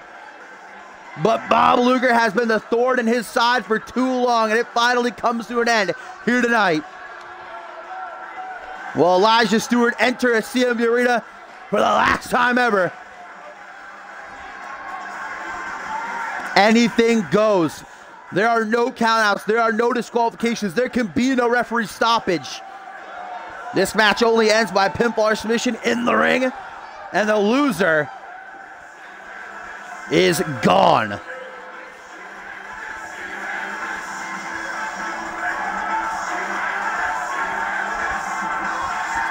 And Elijah Stewart looks just about as ready as he'll ever be. So let's get it on. Bob Luger, Elijah Stewart. Loser leaves CMV no holds barred match. Referee Bo rings the bell. And we are going to get it on. You know, this time last year, both these men were successful at Homecoming. Elijah Stewart won a ladder match against Jay Davis, while Bob Luger retained his Alpha World Championship against Sean Silva. Brought out to a vertical base, and a big old forearm smash by Elijah Stewart. You see how there's no collar and elbow tie-up between these two. There's no feeling out process, and Luger already going to roll to the outside of the ring, bringing the bottom rope with him, which forces Elijah Stewart to miss that elbow drop from the second turnbuckle. Luger rolls into the ring, face-to-face with him. Elijah with an Irish whip, rebounds, chest bump, not out of sportsmanship, though. Kick to the midsection. I'm loving Bob Luger's attire, by the way. And there's the power of the second-generation superstar. The work ethic tight out of the military press, catches Elijah with a European uppercut. And there's that thigh slap of doom. A heel kick by Luger, who now mounts Elijah in months and months and months of frustration. This is Bob Luger's first match, guys, in nearly 2 months. You got to factor in, you got to wonder if there's ring rust, though. I highly doubt it, because I know for a fact that Bob Luger has been training nearly every single day for this matchup. Another kick there by Elijah Stewart, takes Elijah down, but not for very long. Pops back up, double boots to the chest, pushes Bob Luger away from him, and now the Good Vibes Kid brings him up to his feet, hook to the jaw, countered though, caught by Bob Luger, forearm smash, and there's a beautiful drop kick, pinpoint, right on the button. Elijah hastily trying to use the ropes, get back up to his feet, but a scoop slam up over the shoulders now. Elijah Stewart taking for a ride, and ain't gonna be a fun one.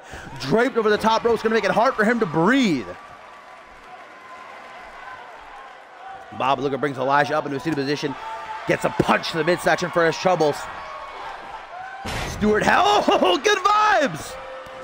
Early on, Good Vibes connects flush to Bob Luger. And no matter which of these men loses this matchup, even though I don't agree with Bob Luger's tactics, even though I'm not his biggest fan, it's going to be sad to see either of these men lose their CMV career, but what are you going to do? The animosity between these two is so high, they cannot be in the same company as each other out of fear of them bumping into one another and just going off on each other. Shades of Bob Luger's former brother, Xander Slate, with that clean slate discus clothesline, which Xander was unable to hit on Ricky Spanish earlier tonight in their matchup. I'm sure Bob Luger liked to see Xander Slate lose the Spanish there. Straight jacket, German suplex with a bridge, but only going to get him a 1 count.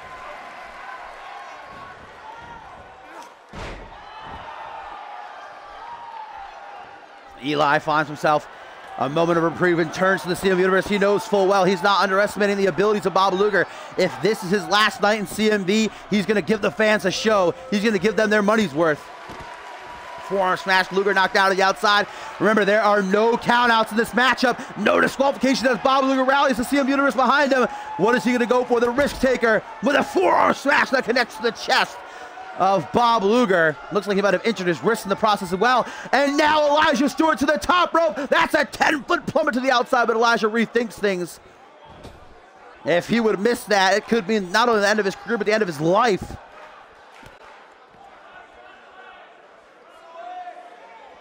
Brought up to his feet, Bob Luger, though, catches the arm.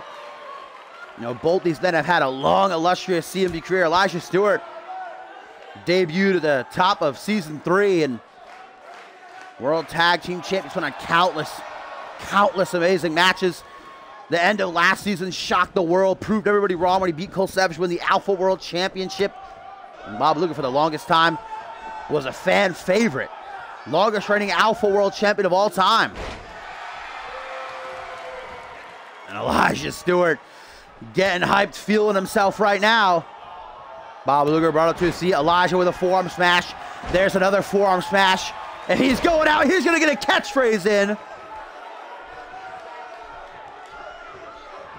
Elijah now goes for another forearm smash, but that one's caught by the work ethic Titan. Doesn't see that jawbreaker coming, though. Spinning soul kick caught now by Luger and floors him with a nasty-looking clothesline. Bob Luger has an answer for everything that Elijah Stewart is throwing at him. These two know each other so well as enemies, as friends, as brothers. Lifting reverse DDT, having a hold of Elijah by the tights. Lateral press, first pinfall attempt of the matchup here. And I don't think Luger is thinking that'll be enough to get the job done. Just as Elijah Stewart respects the abilities of Bob Luger, Luger's got to respect the abilities of Elijah Stewart, as now he admires his biceps, brother. Bob Luger, of course, is in tremendous shape, as is Elijah Stewart, though. Probably the greatest high flyer we have in CMV today. German suplex there by Luger. For the most part, this has been all Bob Luger. Elijah Stewart's getting spurts of offense in here and there, but that's what the Good Vibes Kid is mostly known for, taking a beating and coming back like nobody else can. Bob Luger goes to work on that shoulder. He would love to injure Elijah on the way to sending him out of CMV for good. Lateral press, 1, 2, another pinfall attempt. This time gets a 2 count for Luger. Forcing Elijah Stewart to exert his energy is always a great strategy. Brings Elijah to his feet. Let's go to Elijah's waiting for him. And Elijah sticks with it, feeding off the energy of the CMV universe, making sure he keeps his head above the water. Brings Luger up to his feet. Irish whip into the corner. Watch out, referee Poe. You've yet to take a bump tonight, my friend. Elbow to the side of the head. What was Elijah going for? Who's going to know? But an Irish whip to the corner now by Luger. Elijah put up top. And this is not going to end well for Elijah Stewart unless he can counter. Bob Luger, what is he looking for? Luger landing from the top rope. Oh my God. Luger landing from the top rope. He knows he's going to have to go all out in order to put down Elijah Stewart, but it's not enough. A Luger landing from the top rope is not enough. How in the hell? If that ain't enough to keep Elijah down, how would a standard Luger landing be enough to keep Elijah Stewart down? Oh my God. Elijah Stewart somehow digging way down deep to kick out of that one. Oh! Elijah goes for Hurricanrana, but look at that strength of Bob. Look at that core strength to pick him up into a power bomb.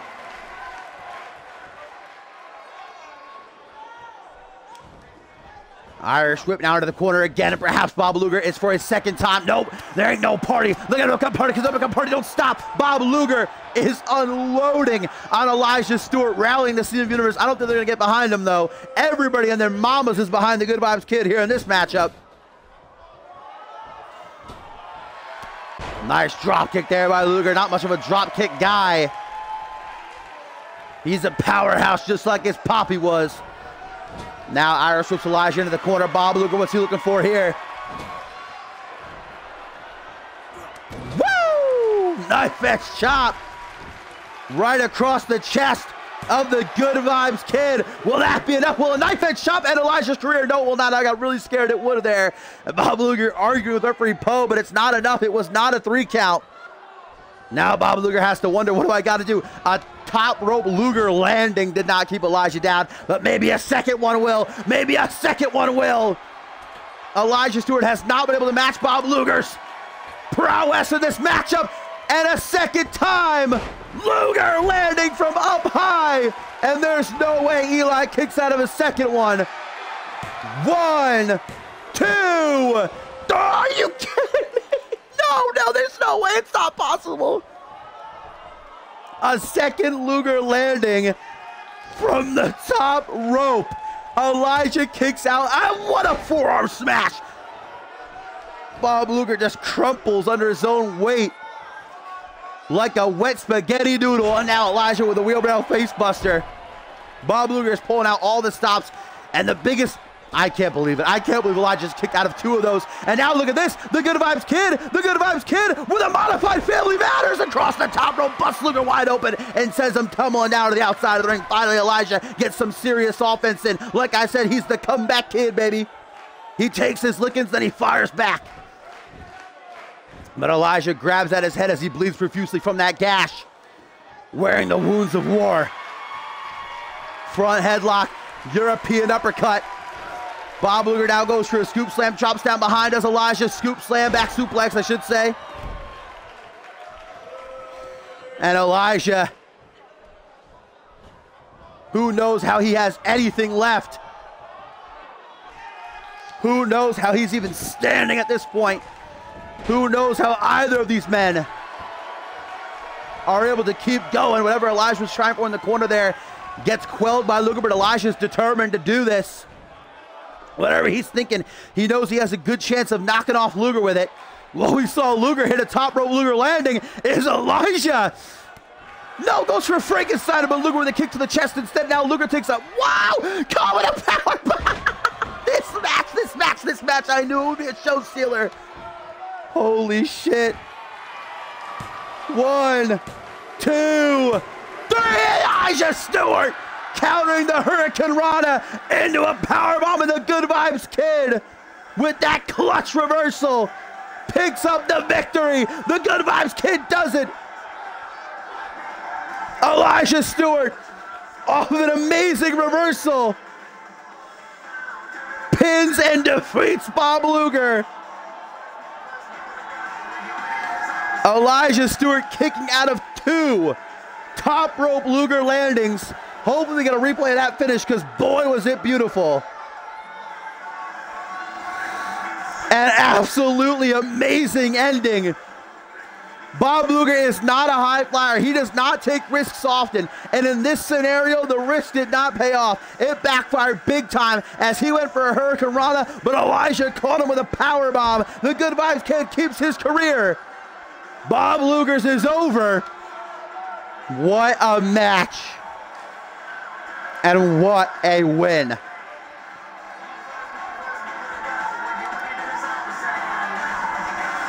And Josh Wolf tweets out saying, na na na na, na na na na, hey, hey, hey, goodbye. I think a lot of people are singing that in the CM universe. And in the back, Elijah Stewart with an amazing victory. What a match. And Bob Luger's CMV career is over.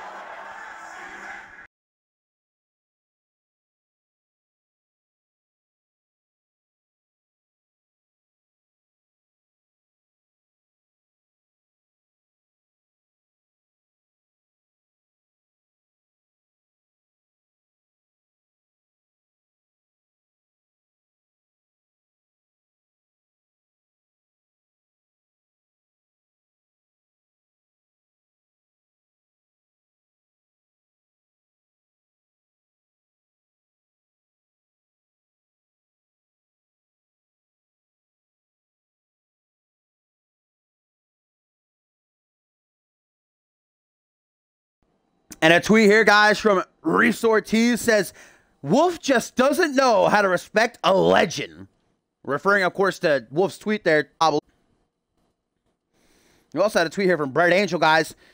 The Outcast saying, at Josh Wolf, why are you tweeting and not preparing for your match? Trash. So Brett Angel not apparently very confident behind his team captain.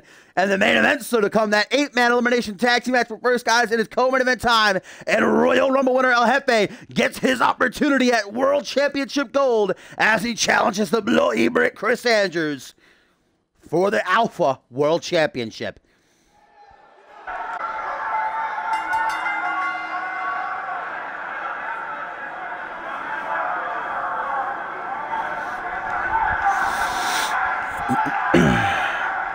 It was over 2 months ago that at Absolution 3, El Jefe did the unthinkable and won the 6th annual CMV Royal Rumble. This opportunity to headline Homecoming 3. He could have chosen to go to Fusion and challenge for the world title, but instead he wanted to stay on his home, Genesis, and challenge his friend, I say that with quotes around it, Chris Andrews, because these past couple of weeks, their friendship has taken a turn for the worse, including this past Friday night on Genesis, when they ended up going at it. And quite a brawl where El Jefe was the one left standing when the dust settled. El Jefe has been unbeaten since winning the Royal Rumble match. He is riding a huge wave of momentum. Will the ultimate underdog become the king of the mountain here tonight at Homecoming 3? We already saw the Undisputed Championship change hands. Harvey Hastings defeating Chris Diamond. Will the Alpha World Championship find a new owner as well?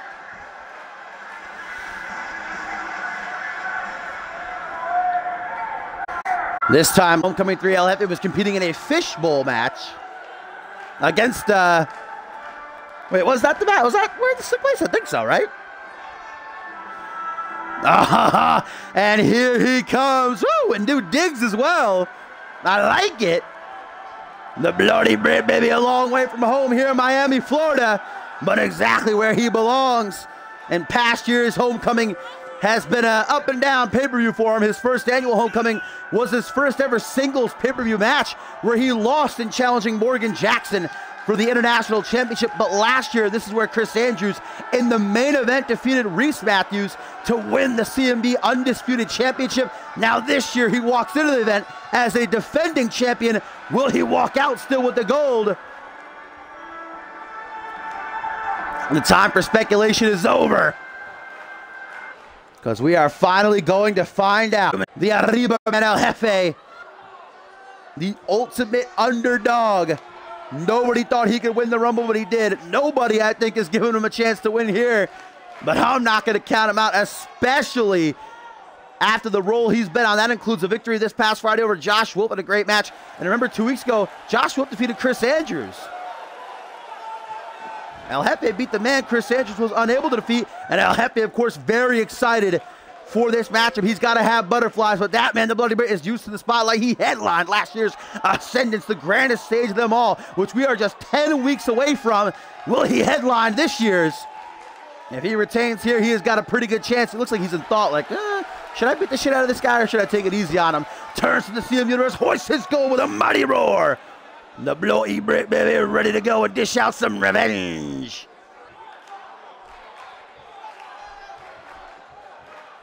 Chris Andrews hands the championship off to Poe, who takes a longing look at the belt and shows it to El Jefe. Holds the title up high for all to see. The entire world is watching the co-main event of Homecoming 3, where the Alpha World Championship is decided. Rumble winner El Jefe, the champion Bloody Brit, saying, let's get it on, and let's indeed. Rings that bell, and here we go. Brit explodes out of the gate like a bull out of its pen, but gets caught with some claps to the temple. That wasn't a great start. Brit gonna fire back, though, quickly tries to, but El Jefe reverses with a reverse DDT.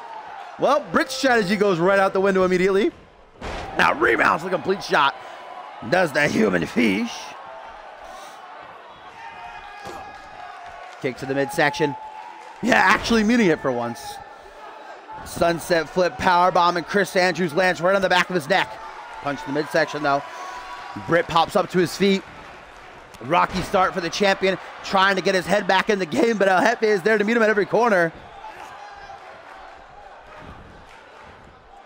Rolls out of the way. Trips up. El Jefe now, and the Brit raining down with some right hands. Connecting.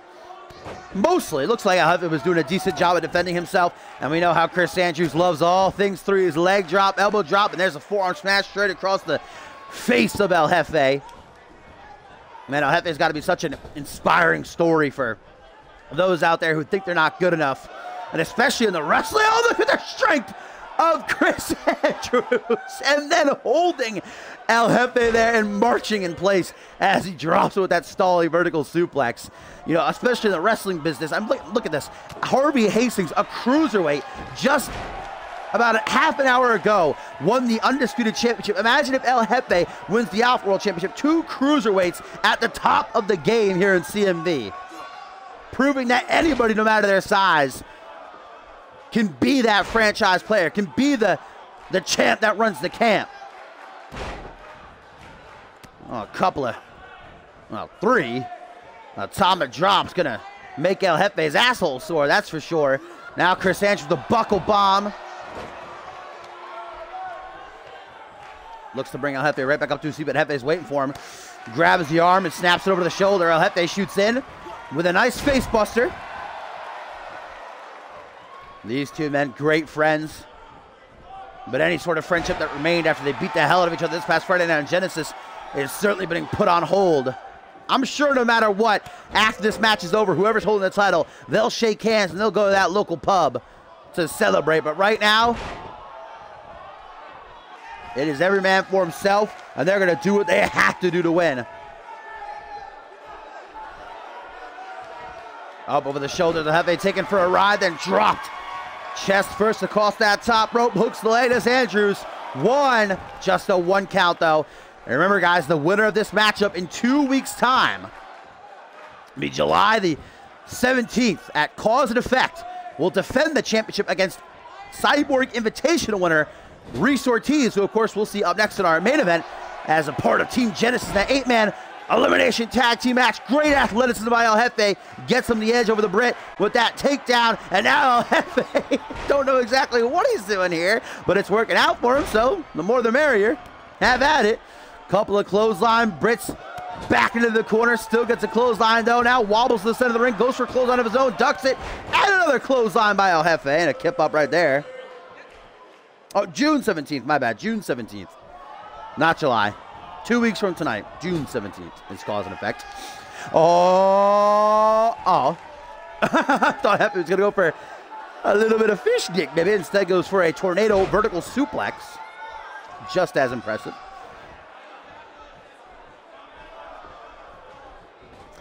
Irish Whip now back to the corner, perhaps just teasing us a little bit, making us wait for it. Nope, again. Oh, but look at that. Look at, oh, double knee gut buster. So much for being flashy there, El Jefe. Didn't really pay off. Trip up. More rights raining down across the head. Now a stomp to the face, and Chris Andrews, he ain't about that flippy shit. He ain't about flying through the air. He's about using them two fists right there and these knees to get the job done. Love this Brit attire, by the way. El Jefe's head getting turned to hamburger meat with these versatile knee strikes. Tries to continue the attack. El Jefe, though, counters. Goes for a kick to the midsection. Caught by Brit. Elbow to the knee and a dragon screw. El Jefe in the corner. Always confident. Always looking to have a good time no matter the result. But on this occasion, the biggest matchup of your life, El Jefe. I don't know if it was so smart. Well, it clearly isn't. Because now Brit's having his way. Taking El Jefe to Suplex City. There's the vertical to complete the trio. Brit is no one-trick pony, baby. He has got the means to defeat any opponent put in front of him. Believe it or not, the first pinfall attempt of this match. Brit hooks the leg. Only gets a 2 count, though it was close. El Jefe in his seated position. Kick to the backside, shooting pains up and down Jefe's back hook. Line and sinker, just like that. El Jefe turns it around. The ultimate underdog.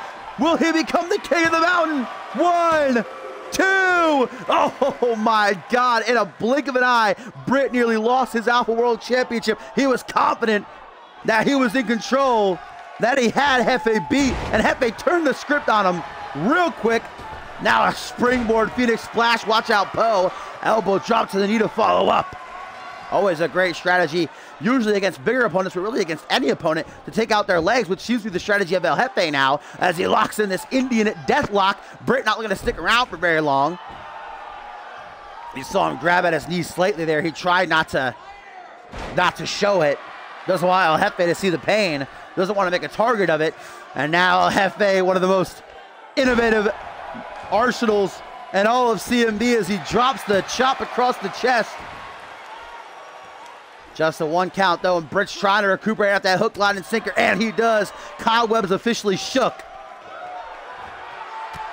Brit closes in. I think was looking for a cliffhanger, but El Jefe was ready for it. He did his homework. These two know each other well. Years traveling the roads alongside one another. Years being friends and training in the Performance Center has made both men as ready as they can be for this bout. Even though cliffhanger is countered, Brit continues in control. 2 power bombs. El Jefe is not having a good time. There's a third. What's up, Lee, my friend? Welcome to CMV. Welcome to Homecoming 3, the co-main event. The Alpha World Championship is on the line. Royal Rumble winner El Jefe challenges the Bloody Brit. Chris Andrews, another face buster by the Human Fish, now goes to the top rope. What's he going to look for here? And the big question is always, will it pay off? The night of the cruiserweights indeed. Chop deflected by Brit as he sidesteps, and Chrissy gets triggered. Irish whip to the corner. El Jefe slowly approaches. Are we finally going to get it? Damn, El Jefe, stop teasing me. It's the 3rd time he's put Brit in the corner. I think he's going for fish stick. Up high, though.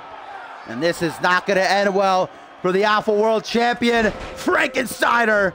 Brit goes flying from the top down to the mat with a splat. Hooks the leg. 1, 2, just a 2 count.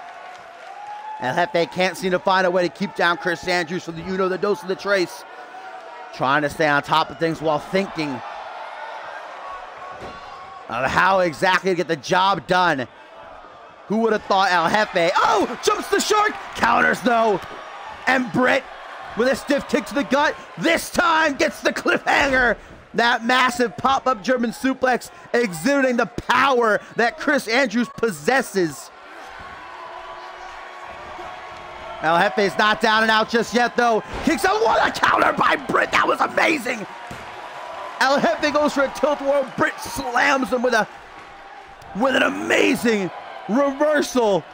What a spot. But El Jefe still continues to fight. Salida del Sol grabs a hold of the leg. Can he steal it? 1, 2, just a 2 count. El Jefe collapses down to one knee now. He's thrown everything he has at the Bloody Britt, and nothing's been enough to get the job done.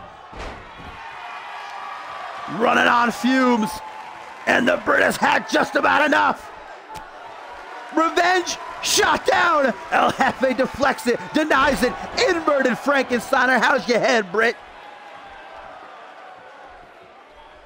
And now Andrews on spaghetti legs, dazed and confused. Irish whip into the corner from behind. Are we finally gonna get it? Are my dreams finally gonna come true? I think so. No, Britt. El Jefe actually finally gonna try to do it, and Britt says, nah. Turn around, Irish whip to the opposite corner. El Jefe says, well, let's try again. No, instead goes for a haluva kick. Britt throws him overhead to the apron. Dial it up, baby. Tiger fake kick by El Jefe. That's how innovative the human fish is. He can catch her from anywhere at any time. You'll never see him coming. Britt's taken out of it. El Jefe again lets us know he's here for a good time, not a long time. But as he sees Andrews begin to stir with the Alpha World Championship on the line, the biggest moment of his life, can El Jefe get the job done? Can he prove that even though he looks funny, even though he's smaller than the average man, that he can be world champion? What is this by Jefe? Tying Andrews up and a super kick directly to the face. Andrews collapses down to the canvas. A modified jumping the shark. 1, 2. No, only a 2 count found for Jefe, who now is getting miffed. Now beginning to question himself if he even can get the job done here over Britt. Britt now with a trip up. Hook to the jaw. And a second shot at the cliffhanger version 2. Andrews goes for a pin off that alone at this point in the matchup. He's got to try. Any opening, and it's enough! Chris Andrews with a second pop-up German suplex into the cliffhanger, and Andrews, the Bloody Brit, is still the CMV Alpha World Champion. After it seemed like Jefe might be able to get the job done, just as it seemed, it was gonna be enough. Andrews shuts him down. Yeah, and doesn't bleed. Britt not busted open, but instead, a year ago, he won the World Championship, defeating Reese Matthews. Tonight, he retains the Alpha World title against one of his best friends, and a great matchup, 5 stars. Jefe tried as he might and all the world champion, and with that win, guys, will officially, by the time we get to Genesis this next Friday night, break Bob Luger's record for longest reigning Alpha World Champion of all time. So congratulations to the Bloody Brit. What a match and what a win.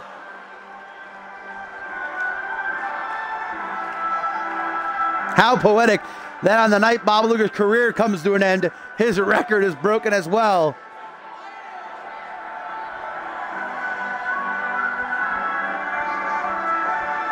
El Jefe has nothing to be ashamed of. He went in there and he gave it his all. He left everything in that ring, but the Brit just left a little bit more.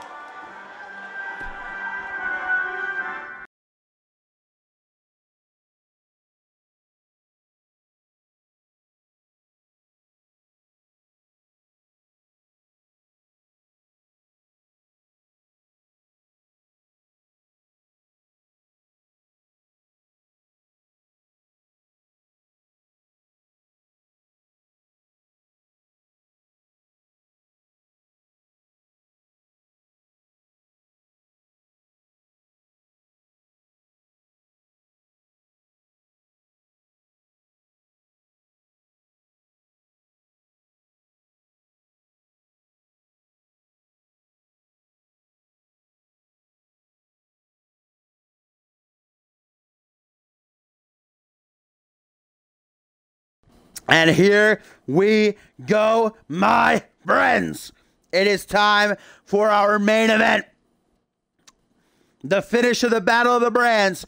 Fusion versus Genesis. So Fusion has had the upper hand as Alistair Knox defeated Dallas Steele and Damien defeated Guri Sukhanov. But Genesis can finish strong and at least make sure that Fusion has not had the clean sweep. The question is, though, can either of these teams work together? Me and Mr. Excitement went over it during the pre-show. Two of the most dysfunctional teams probably ever in the history of wrestling, and especially when it comes to Team Genesis, led, of course, by Josh Wolf, with Reese Ortiz, John Reed, and Sam Valentine at his back. Takes on the team of Andrew Briggs, Peter Thompson, and Jacob Ziegler, led by Hayden. It is an 8-man elimination tag team match. Whichever team eliminates the other will be victorious. All 4 men from one team have to be eliminated, either by pinfall, submission, count out, or disqualification, in order for this match to end.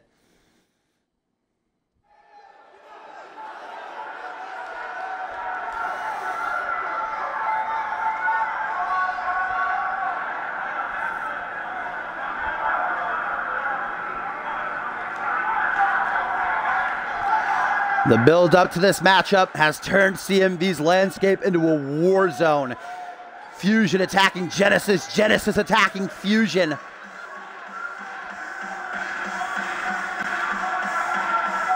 But the time for ambushes and the time for trash talk is done.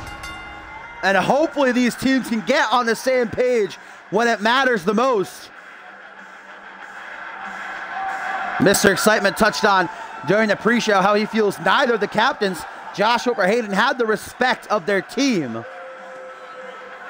And that's certainly the case when it comes to Josh Wolf and Reese Ortiz. Even though Wolf showed Ortiz respect after their Cyborg Invitational final match, Reese Ortiz has continued for the last week to send shots at the Vessel of Fenrir, calling himself the team captain over Josh Wolf.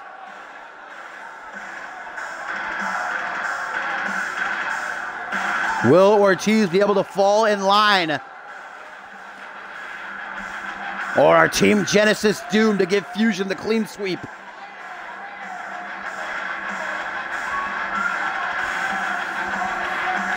You know, this time last year, Josh Wolf made his debut on pay-per-view in defending the CMV Rising Star Championship against Sebastian Vachon, actually winning it for his second reign.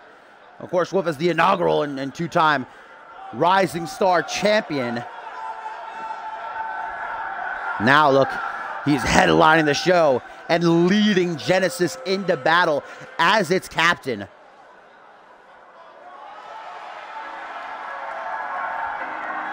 And here comes the fastest rising star in CMV history, the winner of the 4th annual Cyborg Invitational, who won the thing with a clean sweep 5-0.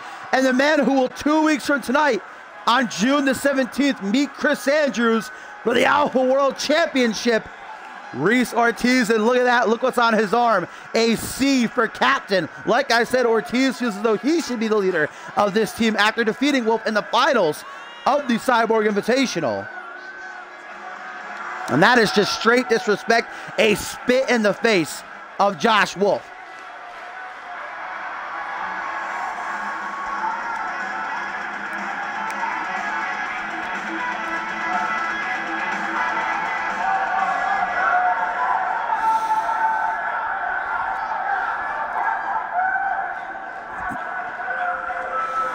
Josh Wolf and Reese Matthews. Reese Ortiz. I'm sorry, I'm just like, at all times, I'm thinking of Reese Matthews in some way. Josh Wolf and Reese Ortiz in the same ring again, but this time on the same side. As here comes the man who says he bleeds yellow. The fallen angel, John Reed, who wasn't even supposed to be in this match, and neither was Sam Valentine, after Josh Wolf forced the two to defend their spots on Team Genesis this past Friday. And they ended up losing to Brule, Dulazaire, and Brett Angel. It should be them that is in their place, but John Reed took it upon himself, along with the 7 Deadly Sins, to brutally assault Zaire and Angel backstage and render them incapable of competing here. And so Wolf and general manager Castlefave had no choice but to give them the spots back. Ralph, please. Ralph's just excited over this match. You know, who isn't? And it was a year ago at Validation that John Reed was a part of Team Genesis, as was Sam Valentine in the tug of war match, which Genesis won.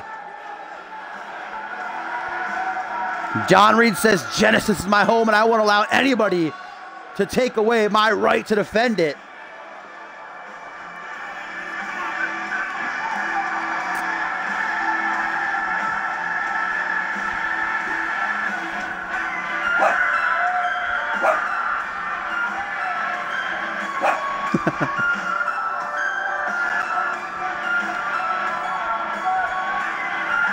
John Reed, a former CMV Anarchy champion.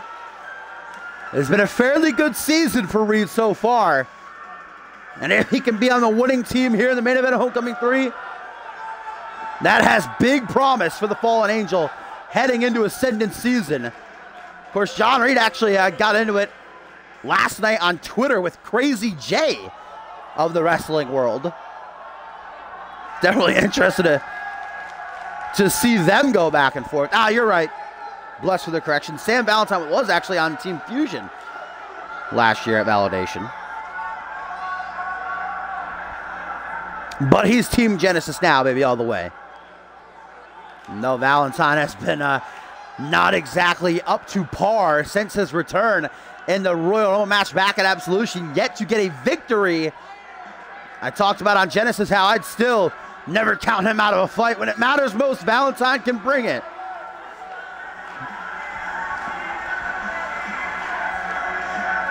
The Dream arrives at Homecoming 3.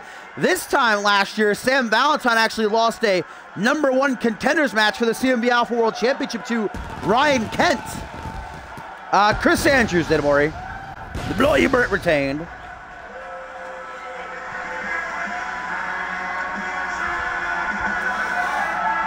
So there we have Team Genesis, Josh Wolf, Reese Ortiz, John Reed, and Sam Valentine representing the Friday night show.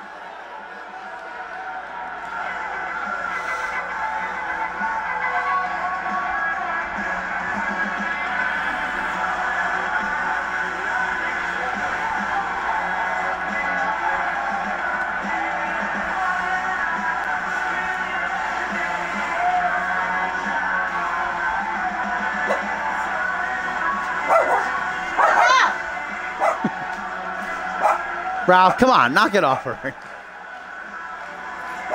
Ralph's always just got to get his cameos in, you know? Always got to make sure everybody knows he's here. He always is. And here's a tweet, guys, from Adam Valentine saying, sincerely hope that Team Genesis gets destroyed. Hashtag justice for Valentine. And of course, referring to the fact that he got the pink slip this past Friday night on Genesis and has officially been fired from the show, but Valentine says he will not go quietly. And another tweet here, guys, from Matt Devious says, stay focused, my dear best friend. And that's obviously in reference to this man, the 3-time record-setting light heavyweight champion, the king of the ring, Andrew Briggs, whose best friend Matt Devious turned on him last month and certainly has put Briggs and not the best of headspaces heading into this matchup, but Briggs let us know that he is game and on track with a win over Chris Sullivan a couple of weeks ago and his alliance with Pierre Thompson. Make a new one, Gumble, then.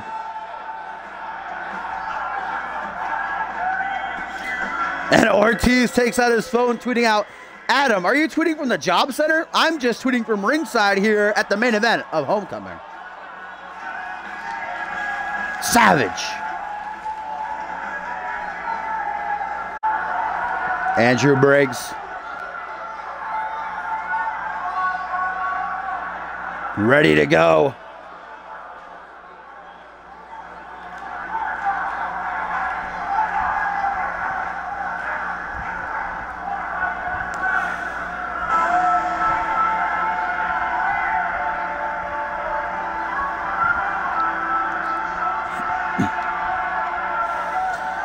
The big dog, baby. Primetime Pierre Thompson is back in Miami, Florida. This event last year where he won his first championship in CMV, defeating Kaiva for the CMV International Championship. Now he's back, and him and Andrew Briggs might be the only two of these 8 men to actually be in the same headspace, on the same page. And Riggs Matthews tweets out saying, "I'm tweeting from the Federal Bureau of Investigation HQ in DC. I win." Probably following up on his gum investigation still. No, just Kaiva.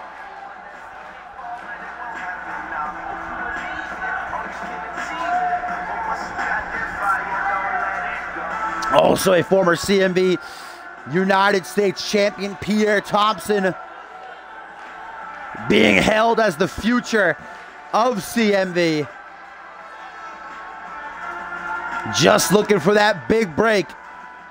And if he can work with his team to get that clean sweep for Fusion here tonight, I'm sure General Manager Yuri Sokolov will be in a good mood and be handing out them opportunities.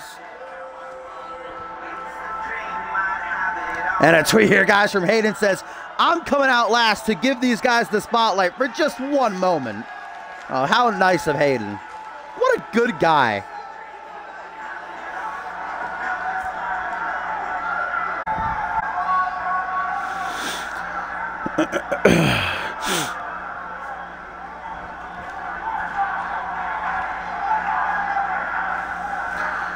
And now we await the arrival of the Pride of Scotland.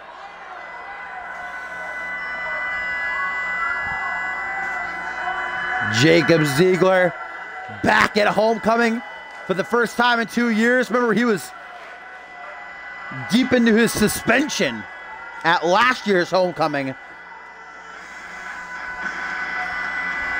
Now Jacob Ziegler says he's here not to make friends, not to be a part of a team, but because he feels as though he's the only one who can actually win this match for Fusion and defend his home.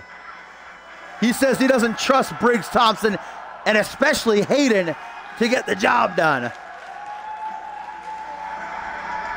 Jacob Ziegler is here out of pure self-interest, as he is for most things in his life. Only if it benefits him some way will Jacob Ziegler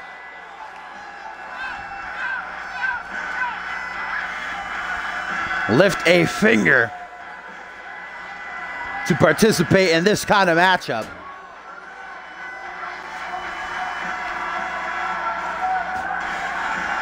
Yeah, I got it. This Jacob Ziegler attire is pretty dope. But I think the first time I've ever seen Ziegler wear tights.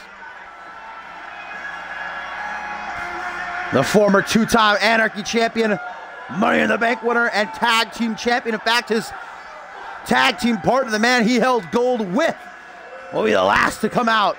The team captain of Fusion, the one, the only, the A-lister, a man on a level of his own. The 5-time undisputed champion, Hayden Blade Kitely. Damn, all that and he still hasn't come out. Come on, Hayden. Well, there's certainly been a lot of scrutinizing from Briggs Thompson and Ziegler towards Hayden for being an absentee, as they say, team captain. Hayden said a couple months ago that he'll no longer be appearing on weekly programs, that he's too big of a star at this point to settle for any measly Fusion checks he'll get. Only for the big time will he show up, arrive, kick some ass, get paid, and leave.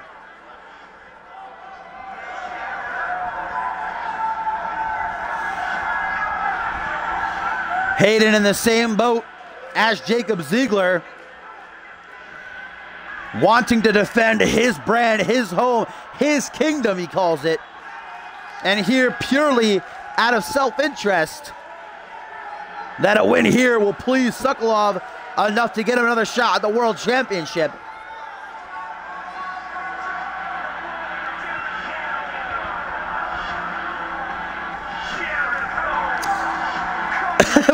Basically, yeah. Whitey, pretty much. Josh Wolf, Reese Ortiz not looking too impressed at ringside there.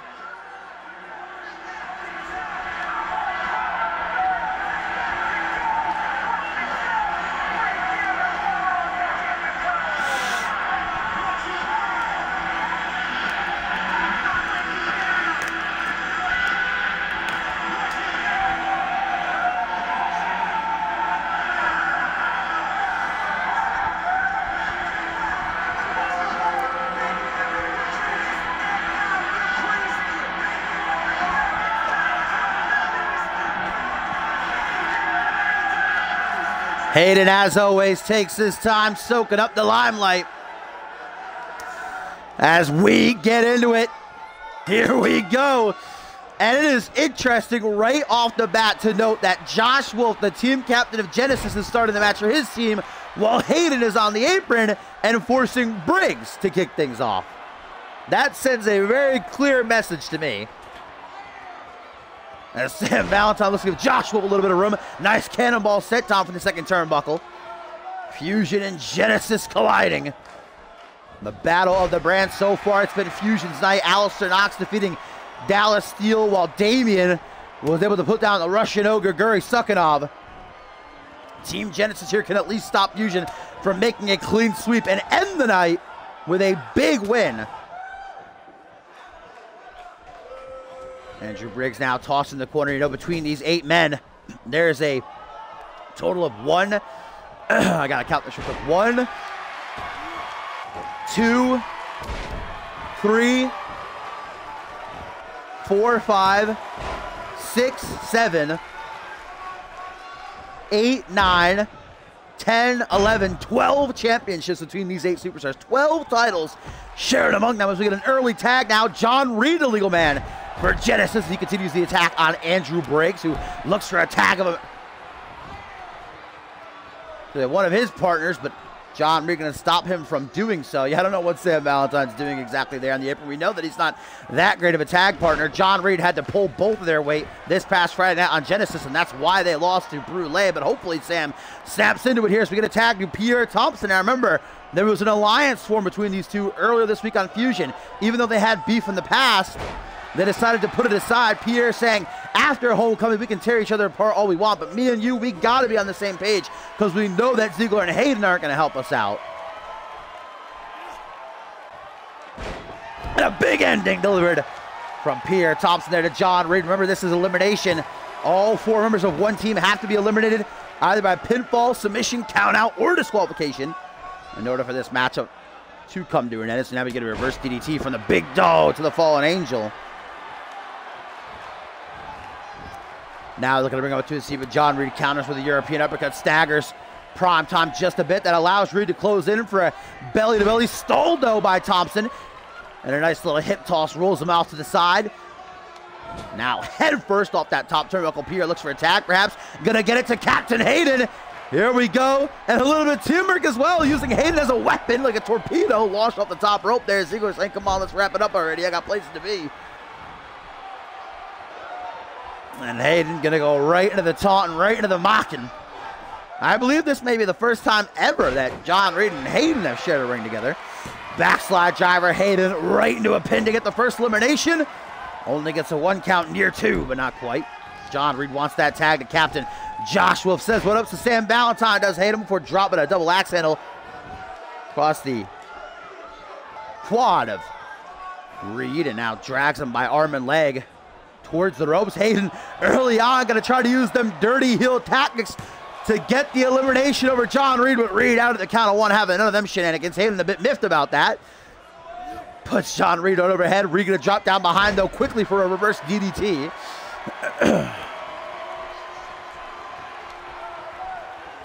No eliminations thus far in this battle of the brands between Fusion and Genesis, headlining Homecoming 3, the final pay-per-view of the calendar year in CMV. John Reed having himself a bit of fun at Hayden's expense, rubbing his face in the mat, then an elbow drop to the back of the head, hooks the leg, just the 1 count found for the fallen angel. Head scissors now applied. Hayden not able to find a way to escape that baby oil, not helping him out very much. Gonna catch a trio of elbows directly in the face, guys. And now John Reed is lining up Showtime. And can you imagine if Hayden is the first man? Oh my God! John Reed in the Hollywood Hold. And if Hayden taps to his own maneuver, this will be the greatest night of my life. Well, Hayden taps to the Hollywood Hold. Oh my God! He's trying to get to the ropes, but John Reed has to let go. And then a tag to Reese Ortiz. Well, we get a tag to Andrew Briggs as well. I would have marked so hard if John Reed forced Hayden to tap out with the Hollywood Hold there. Briggs unloading on the 4th annual Cyborg Invitational winner, and Reese Ortiz. As now he goes to the top rope. Andrew Briggs, the high rent district, we're going to take a big risk. You never know if it'll pay off or not. Caution to the wind. Nice rolling savate kick. Yeah, John Reed would have been the automatic MVP of this matchup if he actually managed to tap out Hayden. Arm drag now, and the man who feels as though he's the actual captain of Team Genesis, Reese Ortiz, is trying to get himself into the fray here against Briggs, but is not having a good time of it thus far. Back body dropped onto the apron, and Ortiz decides maybe I'll let Josh Wolf take it from here. The actual team captain. Return to the ring as the legal man, and a spine buster lays out Briggs immediately. Yeah, I'm going to assume John Reed didn't have enough stamina left there. Tiring himself out, had to let go. Rake in the eyes by Briggs, not afraid to get dirty, then a knee up under the chin of Josh Wolf. This would be a colossal first elimination for Team Fusion. They can knock out the captain of Genesis. No, just a 2 count. Tag now to Jacob Ziegler. Legal for the first time in this matchup, the Pride of Scotland. Looking to show the rest of his teammates how to get it done. Up to that second turnbuckle. Knee drop attempted, but Josh Wolf moves right out of the way. Now brings Ziegler up to a vertical base drop kick to the knee. Oh, and now Wolf with the DDT, the greatest DDT in the game today. That's going to rock Ziegler. Allows for Wolf to keep control, but not for long. Just as I say that, Ziegler floors him with a clothesline. Short arm shoulder block puts Josh Wolf right back in the driver's seat. Ziegler got to find a way to keep control over the vessel of Fenrir. That single underhook DDT is going to be hurting, no doubt about it. Not that bad, baby. Wolf says, what up to Andrew Briggs? He's going over talking some trash right to him. Now mounting Ziegler. And from the superior advantage, rains down a couple of lefts.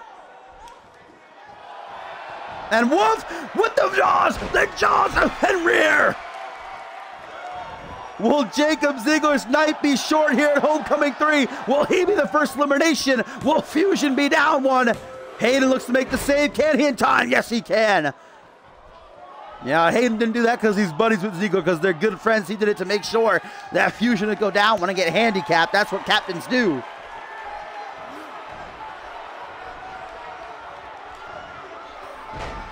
Drops down behind, reverse DDT. Jacob Ziegler trying to get control here over Wolf, but he's having a tough time of doing so. Goes for that leg, snapped overhead. Josh Wolf now not in the position he wants to be. Here comes that ruthless, aggressive side we've seen from Ziegler these past 3 months or so. Look at that, just tearing into Josh Wolf. Wolf doing a considerably good job of protecting himself, but a lot of those, especially those 2 elbows, got through clean. Deflects the elbow attempt. Kick to the gut, caught though by Wolf, tripped up. Genesis team captain looking for a figure 4 sharpshooter. Definitely a very interesting submission hold being applied, but Ziegler, not a big fan. Gonna find an early way to get out of it. Pushes Josh Wolf back, but Wolf closes right back in on his kill. Suplex. Wait a minute. Oh, jackhammer. Looking to put Ziegler right through the goddamn mat. Ziegler, though, takes it in stride.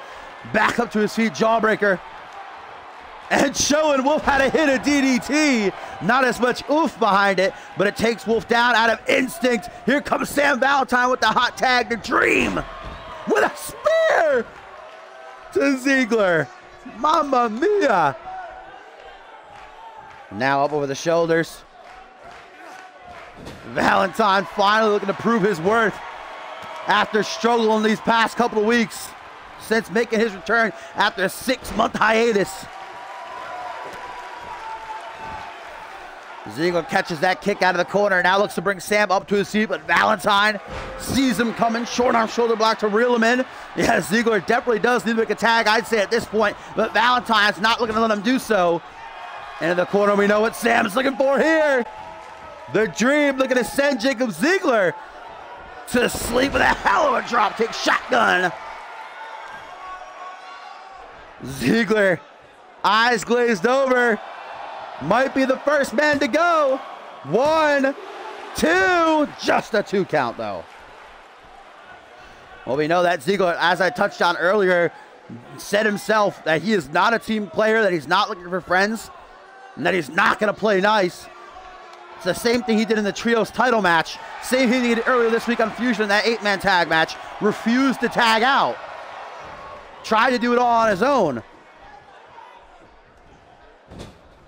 Turn around, and Sam Valentine has Jacob Ziggler right where he wants him. Andrew Briggs trying to give Jacob Ziggler a chance, but look at that. Referee Poe has his eyes on Briggs, can't try to help him out, and the Dream with the Dream Shatterer just blasts Ziggler.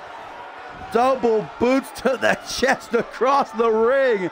Ziggler is out. Can Valentine procure the first elimination? Will it be enough? And is Ziggler's number up? 1, 2. Josh Wolf stops Hayden, but Ziggler kicks out nonetheless, as that had to feel good for Wolf though. DDT and Hayden still not done, but now Hayden fires back with a clothesline.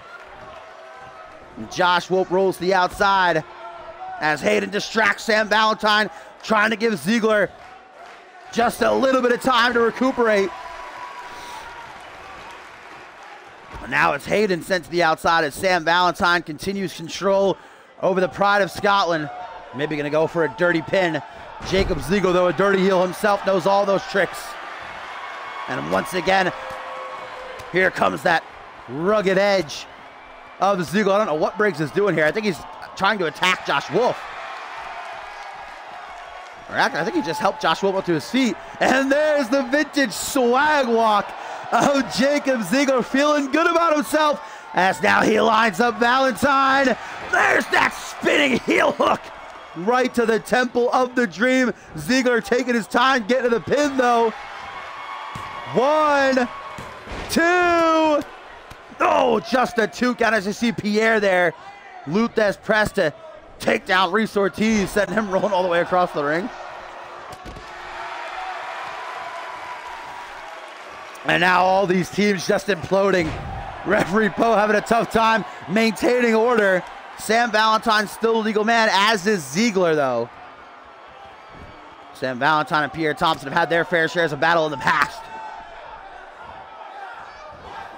Now Valentine turns his attention back to Ziggler, but too much time was wasted. The Pride of Scotland able to snap back to reality. And now Sam looks for a tag, but so does Ziggler. Here comes Josh Wolf, and here comes Andrew Briggs. Who's going to get the first elimination? Both men fly right past each other. Super kick to the back of Briggs' head. Good Lord almighty.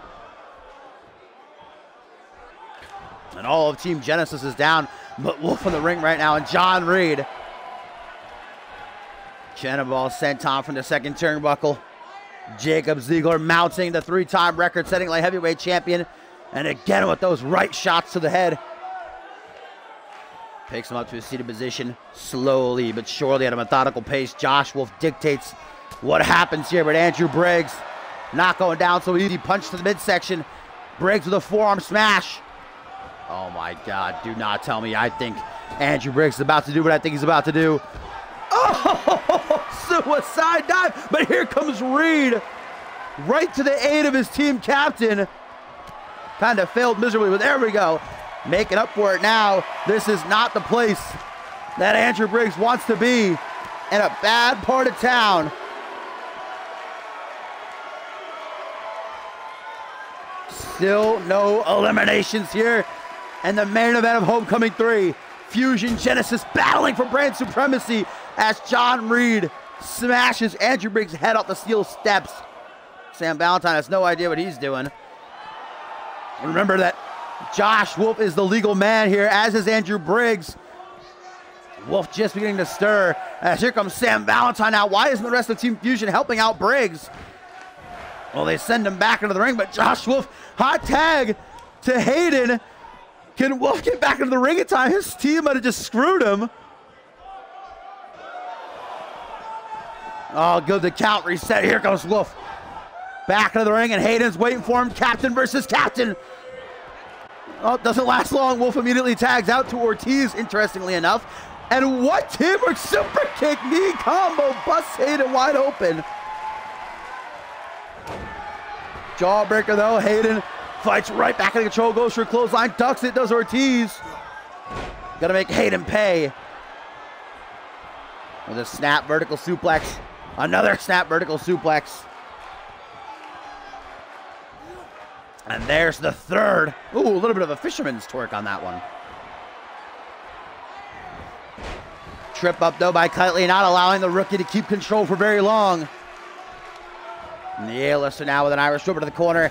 And I believe that Justice. No! Ortiz did his homework. Well scouted by the 4th annual Cyborg Invitational winner from behind now with a nice modified back suplex. Andrew Briggs just now getting back up to his feet as Reese Ortiz. I don't know exactly what he's waiting for here, but he sure is giving Hayden a whole lot of time. And look at this now. A Rings of Saturn. How good would it feel for Reese Ortiz to force Hayden to tap out? That would be such a huge first elimination. Hayden, though, escapes with a trio of elbows to the side of the head. Still no eliminations. Who's it going to be that goes down one and is handicapped? As Hayden, right in front of his boys, right in front of his team, shows them how to get the job done as the blood from his forehead trickles down onto the face of Ortiz. And we get a 10 count of punches in the corner. Ortiz absolutely loopy. Now Hayden having his way at a pace that he desires. From the second turnbuckle, Hayden, perhaps the furthest thing from a high flyer, never takes risks.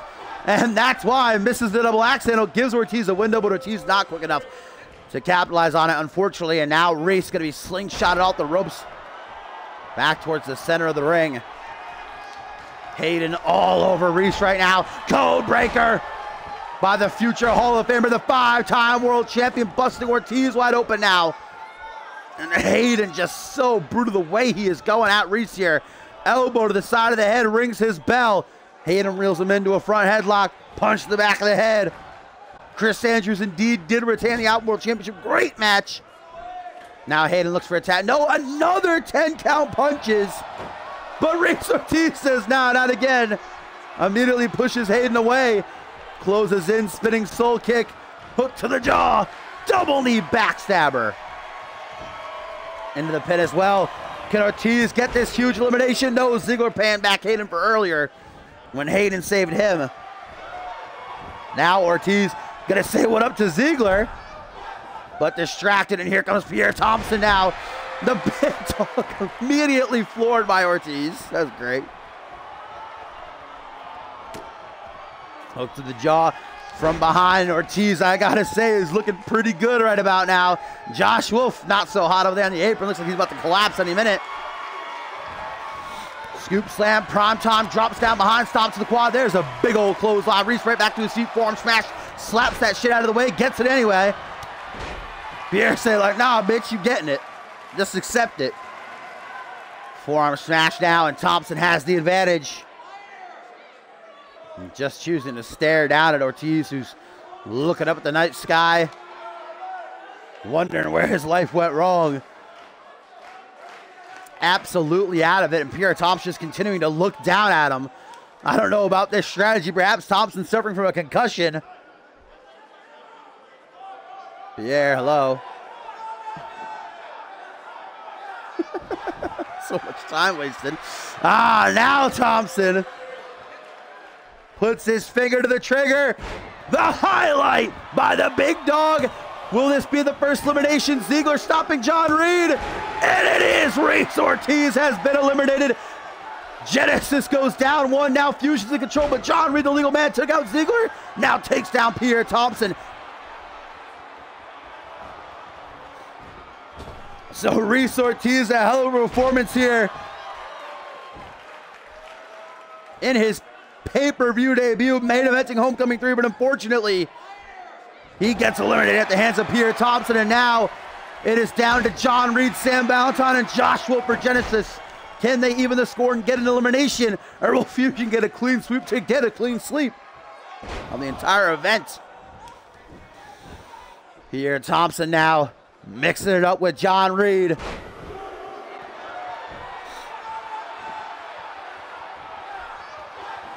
Still an opportunity for Genesis to come back. We've seen teams recover from stiffer odds than this before.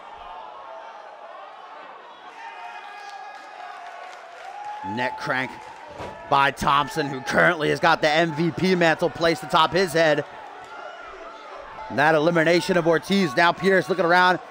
I don't know exactly what he's thinking about doing here. Looking for a tag, or perhaps trying to go for another highlight. Here we go to Hayden, and Reese Ortiz just now getting back to his seat. Has to hit the showers, has no choice. And Hayden, another code breaker immediately delivered to the fallen angel. Busts him wide open. And Hayden ain't beating around the bush. The team captain looking to take Genesis down another peg. Hollywood hold, Hollywood hold, Hollywood hold. Cinched in. Reed tried to tap out Hayden with this earlier. Is John Reed gonna escape? Trying desperately to get to the ropes, but Hayden now is forced to relinquish his hold. But he says, no matter, just needed to get a quick breath and lock it back in. And again, the Hollywood hold is cinched in. No rest for John Reed.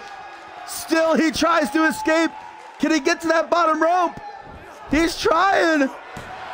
Elvin Reed taps.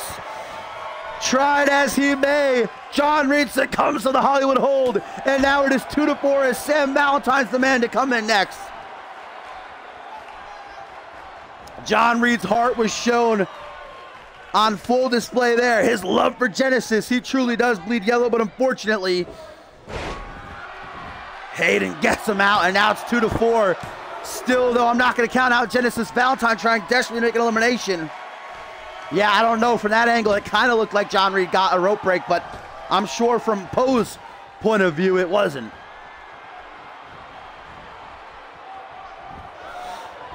And Sam Valentine goes right over Hayden to take out Ziggler with a brutal drop kick.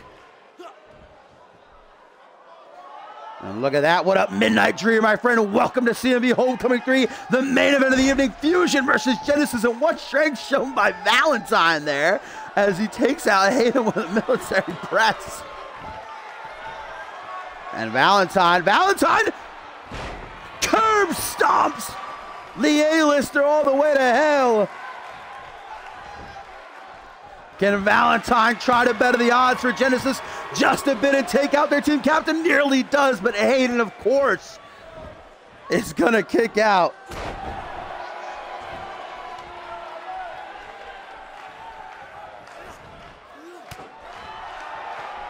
Clap to the temples.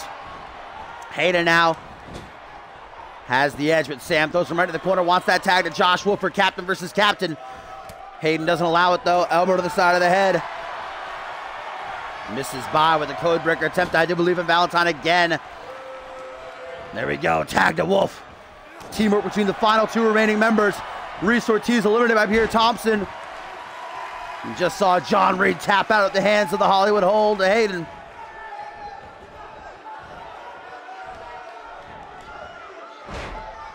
Snapmares, Hayden brings Josh Wolf back over to his corner. Will it be a clean sweep for Fusion, a clean sweep the entire event? Tag back to Pierre now. Or can Josh Wolf and Sam Valentine muster up the biggest clutch of all time?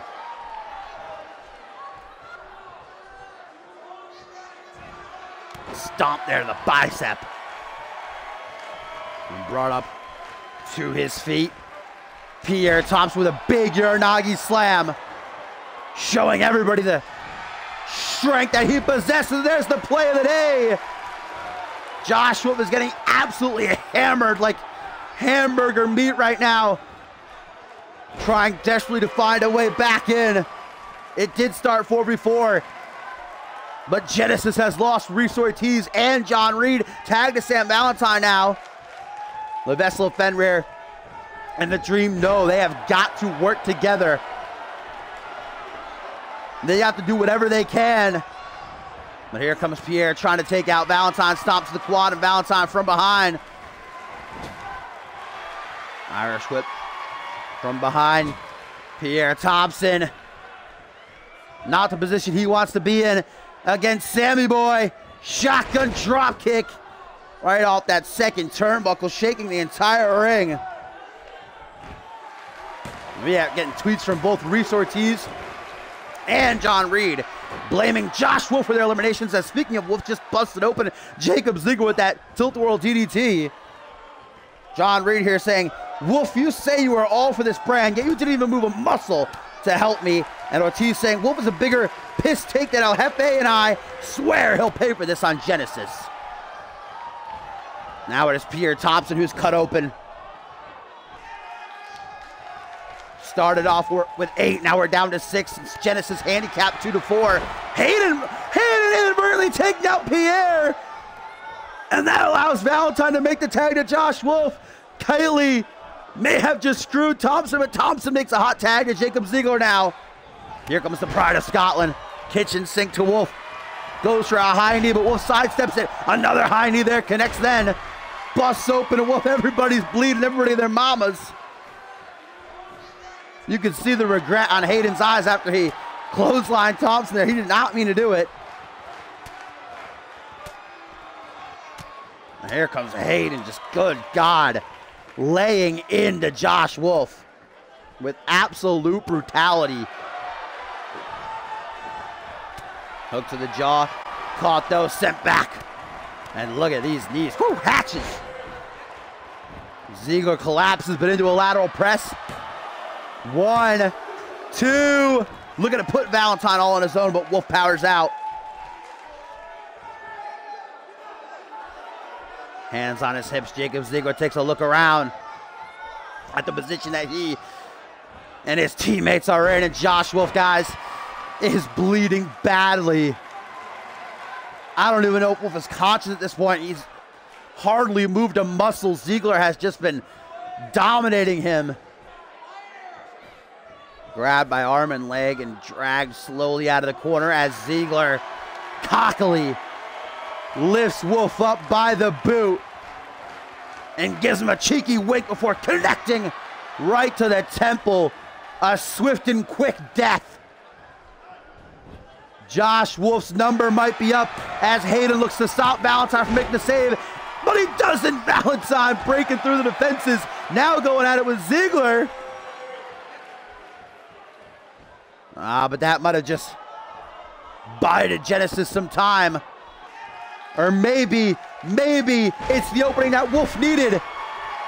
DDT. Zones back in, stomp to the arm.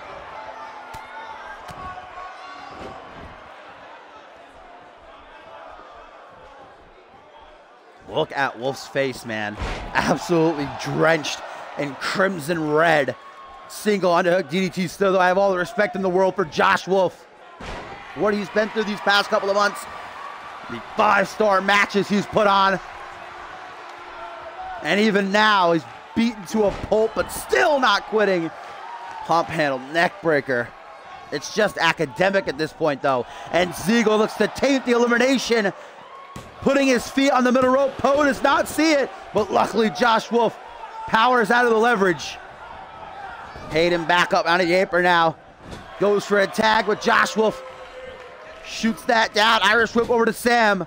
Wolf really needs a tag right now. But instead going to send Ziegler to the outside. What in the hell is Wolf doing here? Josh Wolf! Right through the turnbuckles for a DDT that lays out the Scotsman.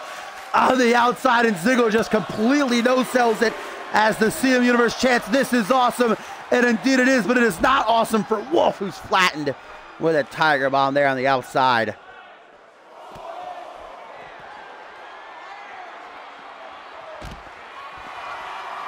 Single knee. Jacob Ziegler has found a target and made good on it. Man, Wolf is bleeding even worse now. Gushing blood as Ziegler goes to the corner and tunes up the band for the killing blow. Claymore to Josh Wolf. But Ziegler doesn't even go for the pin, instead taunting right in front of Sam Valentine, mocking the CMV Universe. That's Josh Wolf on spaghetti legs. Probably doesn't know where the hell he is right now. And Ziegler gonna toy with him. Gonna have some fun with him. Stalling vertical suplex, letting the blood rush to Wolf's head where it'll gush out of that cut. And then dropping him hard.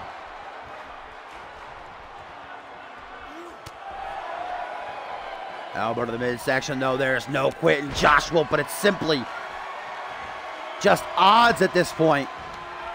Even if Josh Wolf can eliminate Jacob Ziegler, it's still then 2-on-3. Nice counter by Ziegler there. Northern Lights suplex. Will he catch Wolf up and get the elimination? Will it be up to Sam Valentine? No. That slow motion pin, though.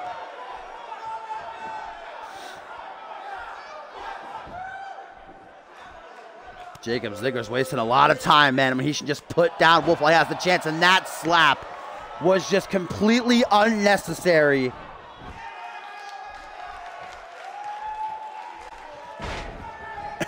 Welcome in, Echo. Pretty late, but better late than never. Glad to have you. As it is Josh Wolf and Sam Valentine left on Team Genesis, waging war against the full force of Fusion. But there is no quit in Josh Wolf's vocabulary. This kid will not die. What a combination. Look to the jaw, deflected though. And now Ziegler is bleeding just as badly as Wolf is. Both these guys gonna need to take a trip to the hospital after this match is over.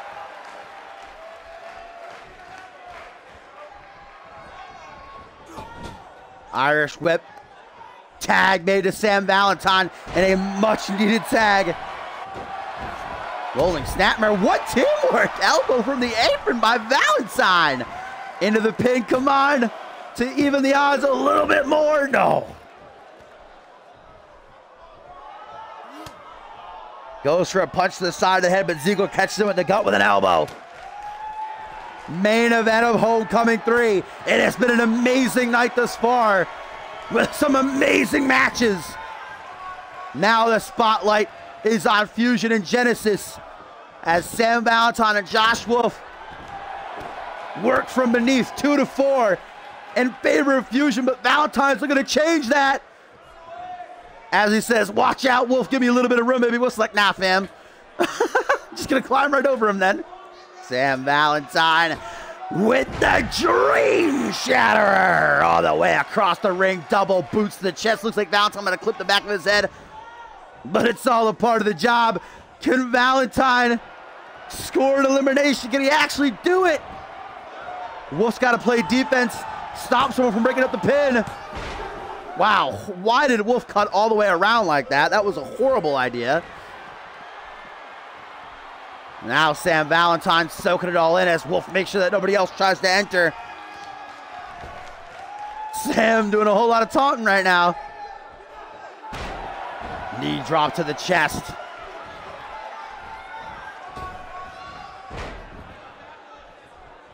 Rolls out of the way, Jacob Ziegler. What a spine buster! Shades of his good friend, Hall of Famer Paul Devine.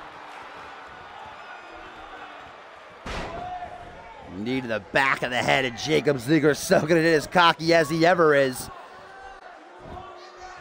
And Sam Valentine now a little bit loopy, a little bit out of it. Ziegler reels him in for a front headlock. Knee straight to the face, gonna stagger him. Distance created. Ziegler closes that gap. Now an Irish whip back over to Fusion. Tag made, maybe? Nope. He's gonna try for it, but Sam Valentine sees it coming to flex it. Will we get the ultimate clutch? Can Valentine and Wolf find a way? Or will Fusion get the clean sweep here at Homecoming 3? Nice. Release vertical suplex. Ziggler hooks the leg for the pin. And Josh Wolf is barely alive. His entire face is covered in blood, having to hold onto the ropes for dear life lest he slip off and fall to the outside. Wolf has got nothing left. Sam Valentine is working overtime, everything he has, digging down deep, pulling it out. And the Dream with a shotgun dropkick. How many times has the back of Ziggler's head ricocheted up that second turnbuckle here? Pops right back up, though. Ziggler really no selling tonight.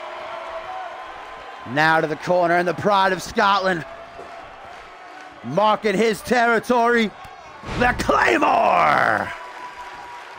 Straight down the barrel, boot to the face. Ziggler, though, doesn't go for the pin. Instead, looks to continue the onslaught. Arm drag, I should say, drops down, hooks the leg. Desperation pin by Sammy Boy. Can he steal it? Nearly does. On the edge of my seat for that pin there. Punch to the side of the head. Ziggler says nope. Elbow to the gut, sucks the air right up out of him. And there's the spinning heel hook. Out of nowhere, and just like that, Wolf gonna try to come in and make the save, but Hayden cuts him off with the pass. But Sam! And meanwhile, Wolf counters Hayden there. I don't even know what Ziggler was going for there. What exactly was the strategy? Oh my God, man. Valentine and Wolf will not give up. What the fuck is Jacob Ziggler looking for? Up high. Crossbody. Caught by Valentine. Yes. Amazing. Then dropped over the top rope. There's only one Dream, baby. There's only one Sam Valentine. He's drinking it in, man, but the time he wasted, Ziggler utilizes against him. Kicks to the gut. Tiger Bomb, vintage Ziggler, into the pin as well. 1, 2, counters the pin though. 1, 2, 3, Sam just eliminates Ziggler, reversing the momentum of his pin after the Tiger Bomb. And Genesis is coming back, baby. I told you, don't come out. I told you. Oh, but Hayden, just like that, with a code breaker to Sammy. Now he's clipped open. But Jacob Ziggler has been eliminated. It is now 2-3. One more elimination, it'll be tied up. Can they actually do it? The clutch of the century. Not if Hayden has anything to say about it. The A-lister, already having eliminated John Reed, looks to add Sam Valentine to the list next. Kick to the back attempted. Valentine saw it coming though, moves out of the way. I told you all, don't sleep on Sam Valentine. I said never count him out. When the going gets tough, Sam is there bringing his all. Rope break though, luckily for Sam, as Hayden was looking for the pin. Hayden, not much of a pinner, but will take the opportunity that presents itself. Now a tag to Pierre Thompson, and Thompson immediately looks to finish off Valentine. Highlight 1, 2. What is gotten into Valentine? Again, Hayden tries to stop Josh Wolf, but again, Wolf gets the better of him. Valentine kicking out of another big time interim, man. I'm taking the MVP off of Pierre. I'm sorry, I'm putting it on Sam Valentine. What a performance by the Dream. Meanwhile, look at that, the team captains. Oh, wow, Hayden just booked it. He didn't want any of that. He didn't want any of that trouble with Josh Wolf. Pierre Thompson, though, gets the upper hand. Not for long, very short-lived. Valentine eliminating Ziggler. Can he try to eliminate the big dog? Jawbreaker. Back and forth they go now. A tit for tat. Reversal Fest 1999.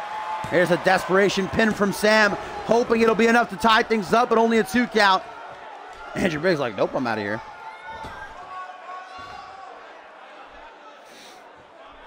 Pierre Thompson battling up to his feet as Sam Valentine has this shoulder claw locked in.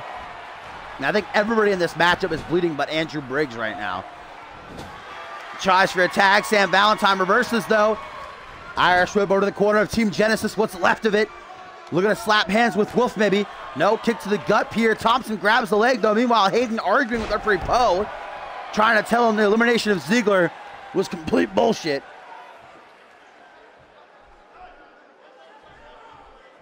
And a discus, ya punch ya! By Thompson, moonwalks over for a tag to Andrew Briggs, trying to anyhow. There we go, now he's got it. Sam Valentine looking around like he has no idea where he is. You're in Miami, Florida, Sam. You're at Homecoming 3. And Andrew Briggs, the amount of time someone's going for a dirty pin in this matchup.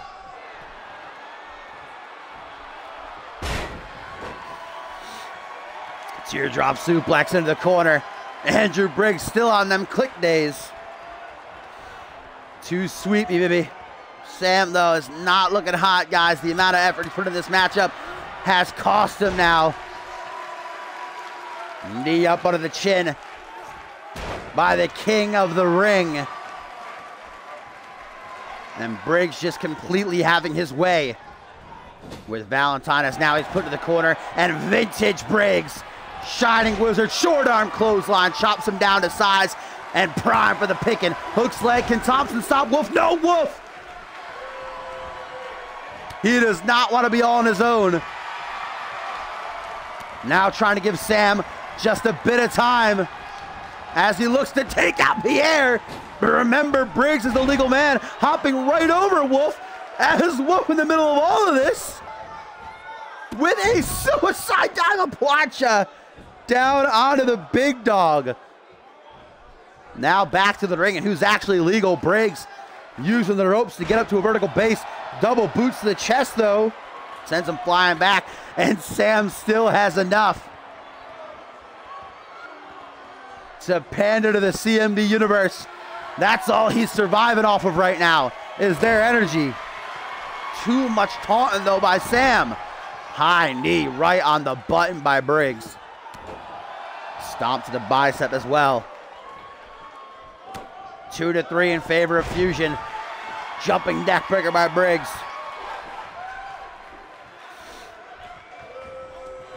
Irish whip into the corner. Is he looking for a tag to Hayden, though, or is he looking for the Shining Wizard again? Tries for the tag. Sam Valentine reverses. Sends him over to Josh. Trying to send the team captain back in. Deep arm drag, though. That took it out of Briggs, and Sam is up to his feet first. Tag to Josh Wolf now. Wolf's been on the apron for a good while. He's had some time to rest. Will it be enough, though?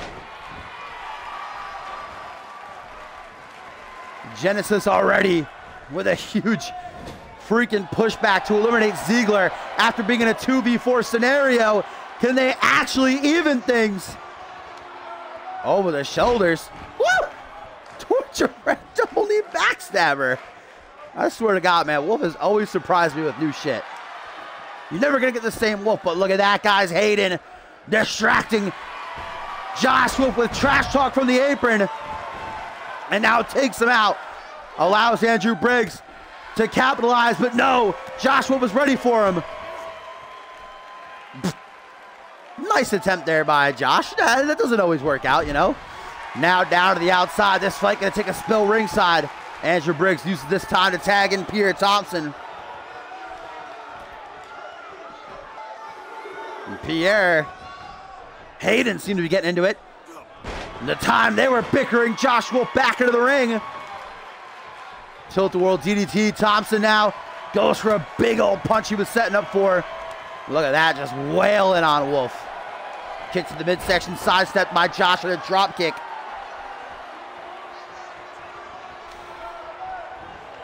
One more elimination, one more pin, one more submission, and things will be tied up. Genesis will have a real shot at actually coming back and winning this thing. But now a tag to Hayden, and finally we're going to properly get captain versus captain. Hayden looks at Thompson like, I'll show you how to get it done, you big dummy, you big idiot. And Hayden immediately aims down the scope. Josh Wolf caught up in the Hollywood hold. There's no way Wolf escapes. He's incurred too much damage. He's trying, he's fighting as he may, desperately, but it's No use. Josh Wolf is forced to submit, and now it's 1v3. Sam Valentine against Hayden, Pierre Thompson, and Andrew Briggs. Is there any way Valentine can do this? Is there any scenario? Is there any possibility? But team captain of Fusion, Hayden, just eliminates team captain of Genesis, Josh Wolf. And now it is all up to Sam, who decides to mock Hayden, slapping him in the back of his head. Irish whip to the corner.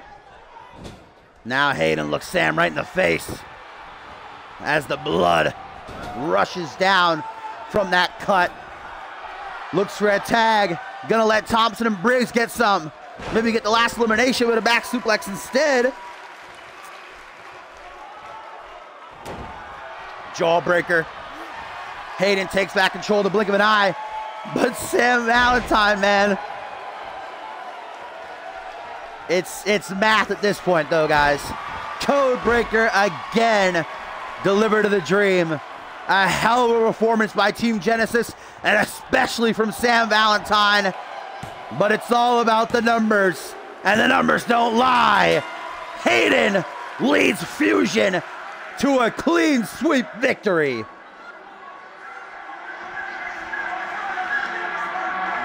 Kylie with 3 eliminations, and Team Fusion reigns supreme.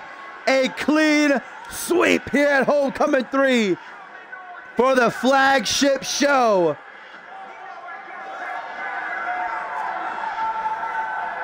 Well, it was the year of Genesis last year at Validation when they got a clean sweep. But this year, it is all about Fusion. And Hayden did exactly what he said he was going to do, eliminating 3 men. John Reed, Josh Wolf, and finally Sam Valentine. And Jacob Ziegler coming back out to celebrate. He, of course, was eliminated by Valentine. But there they stand. For one night only, they worked together.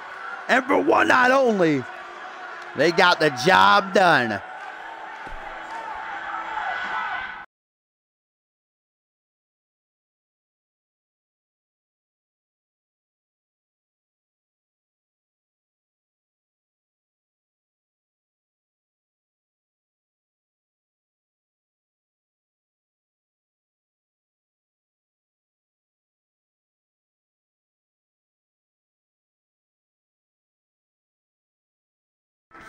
All right, guys, as always, if you like what you saw and you do want to see more, make sure you drop that follow so that you know when I go live. !CMV will let you know more about our show. If you're interested in joining, !join. We'll give you a link to our website, cmvwrestling.com. We are on Xbox One, so make sure you're aware of that before signing up and everything. And what a show, guys. Honestly, thanks for watching. Amazing matches. All Harvey Hastings, Chris Diamond, Bob Luger, Elijah Stewart, El Jefe, Chris Andrews. 3 5-star matches back to back to back there. And what a main event. I honestly thought Genesis might have it for a second after they eliminated Ziegler. But a hell of a performance. I still give MVP to Sam Valentine there. What a showing by the Dream. But it is Fusion in the end that stands tall. And before we go off the air, we have a tweet from Paul Devine, who says, of course Hayden was going to be MVP. There's no one better than X-Gen. Devine, of course, was supposed to be here tonight, was supposed to be the part of the world title match, but Global Offensive taking him out on Fusion. We don't know when Devine will be back, but Harvey Hastings is the new world champion, so I'm sure that Devine is happy about that. Looking forward to returning and taking that title from him. And I will see you guys tomorrow.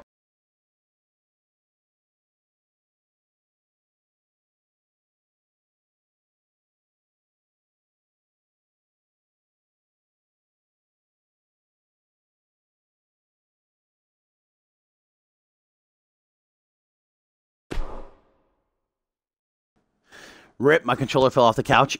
Thank you guys for watching. Awesome show. One of the best pay-per-views definitely of this season. Thoroughly enjoyed it. The hype was real. Catch you guys on Fusion for the Fallout. Peace. Do not fight. Okay. Alexa getting her cameo in before we end things. All right, see you guys. I couldn't find a contact matching Alexa. To see your contacts, go to the Alexa app. Shut up, Alexa.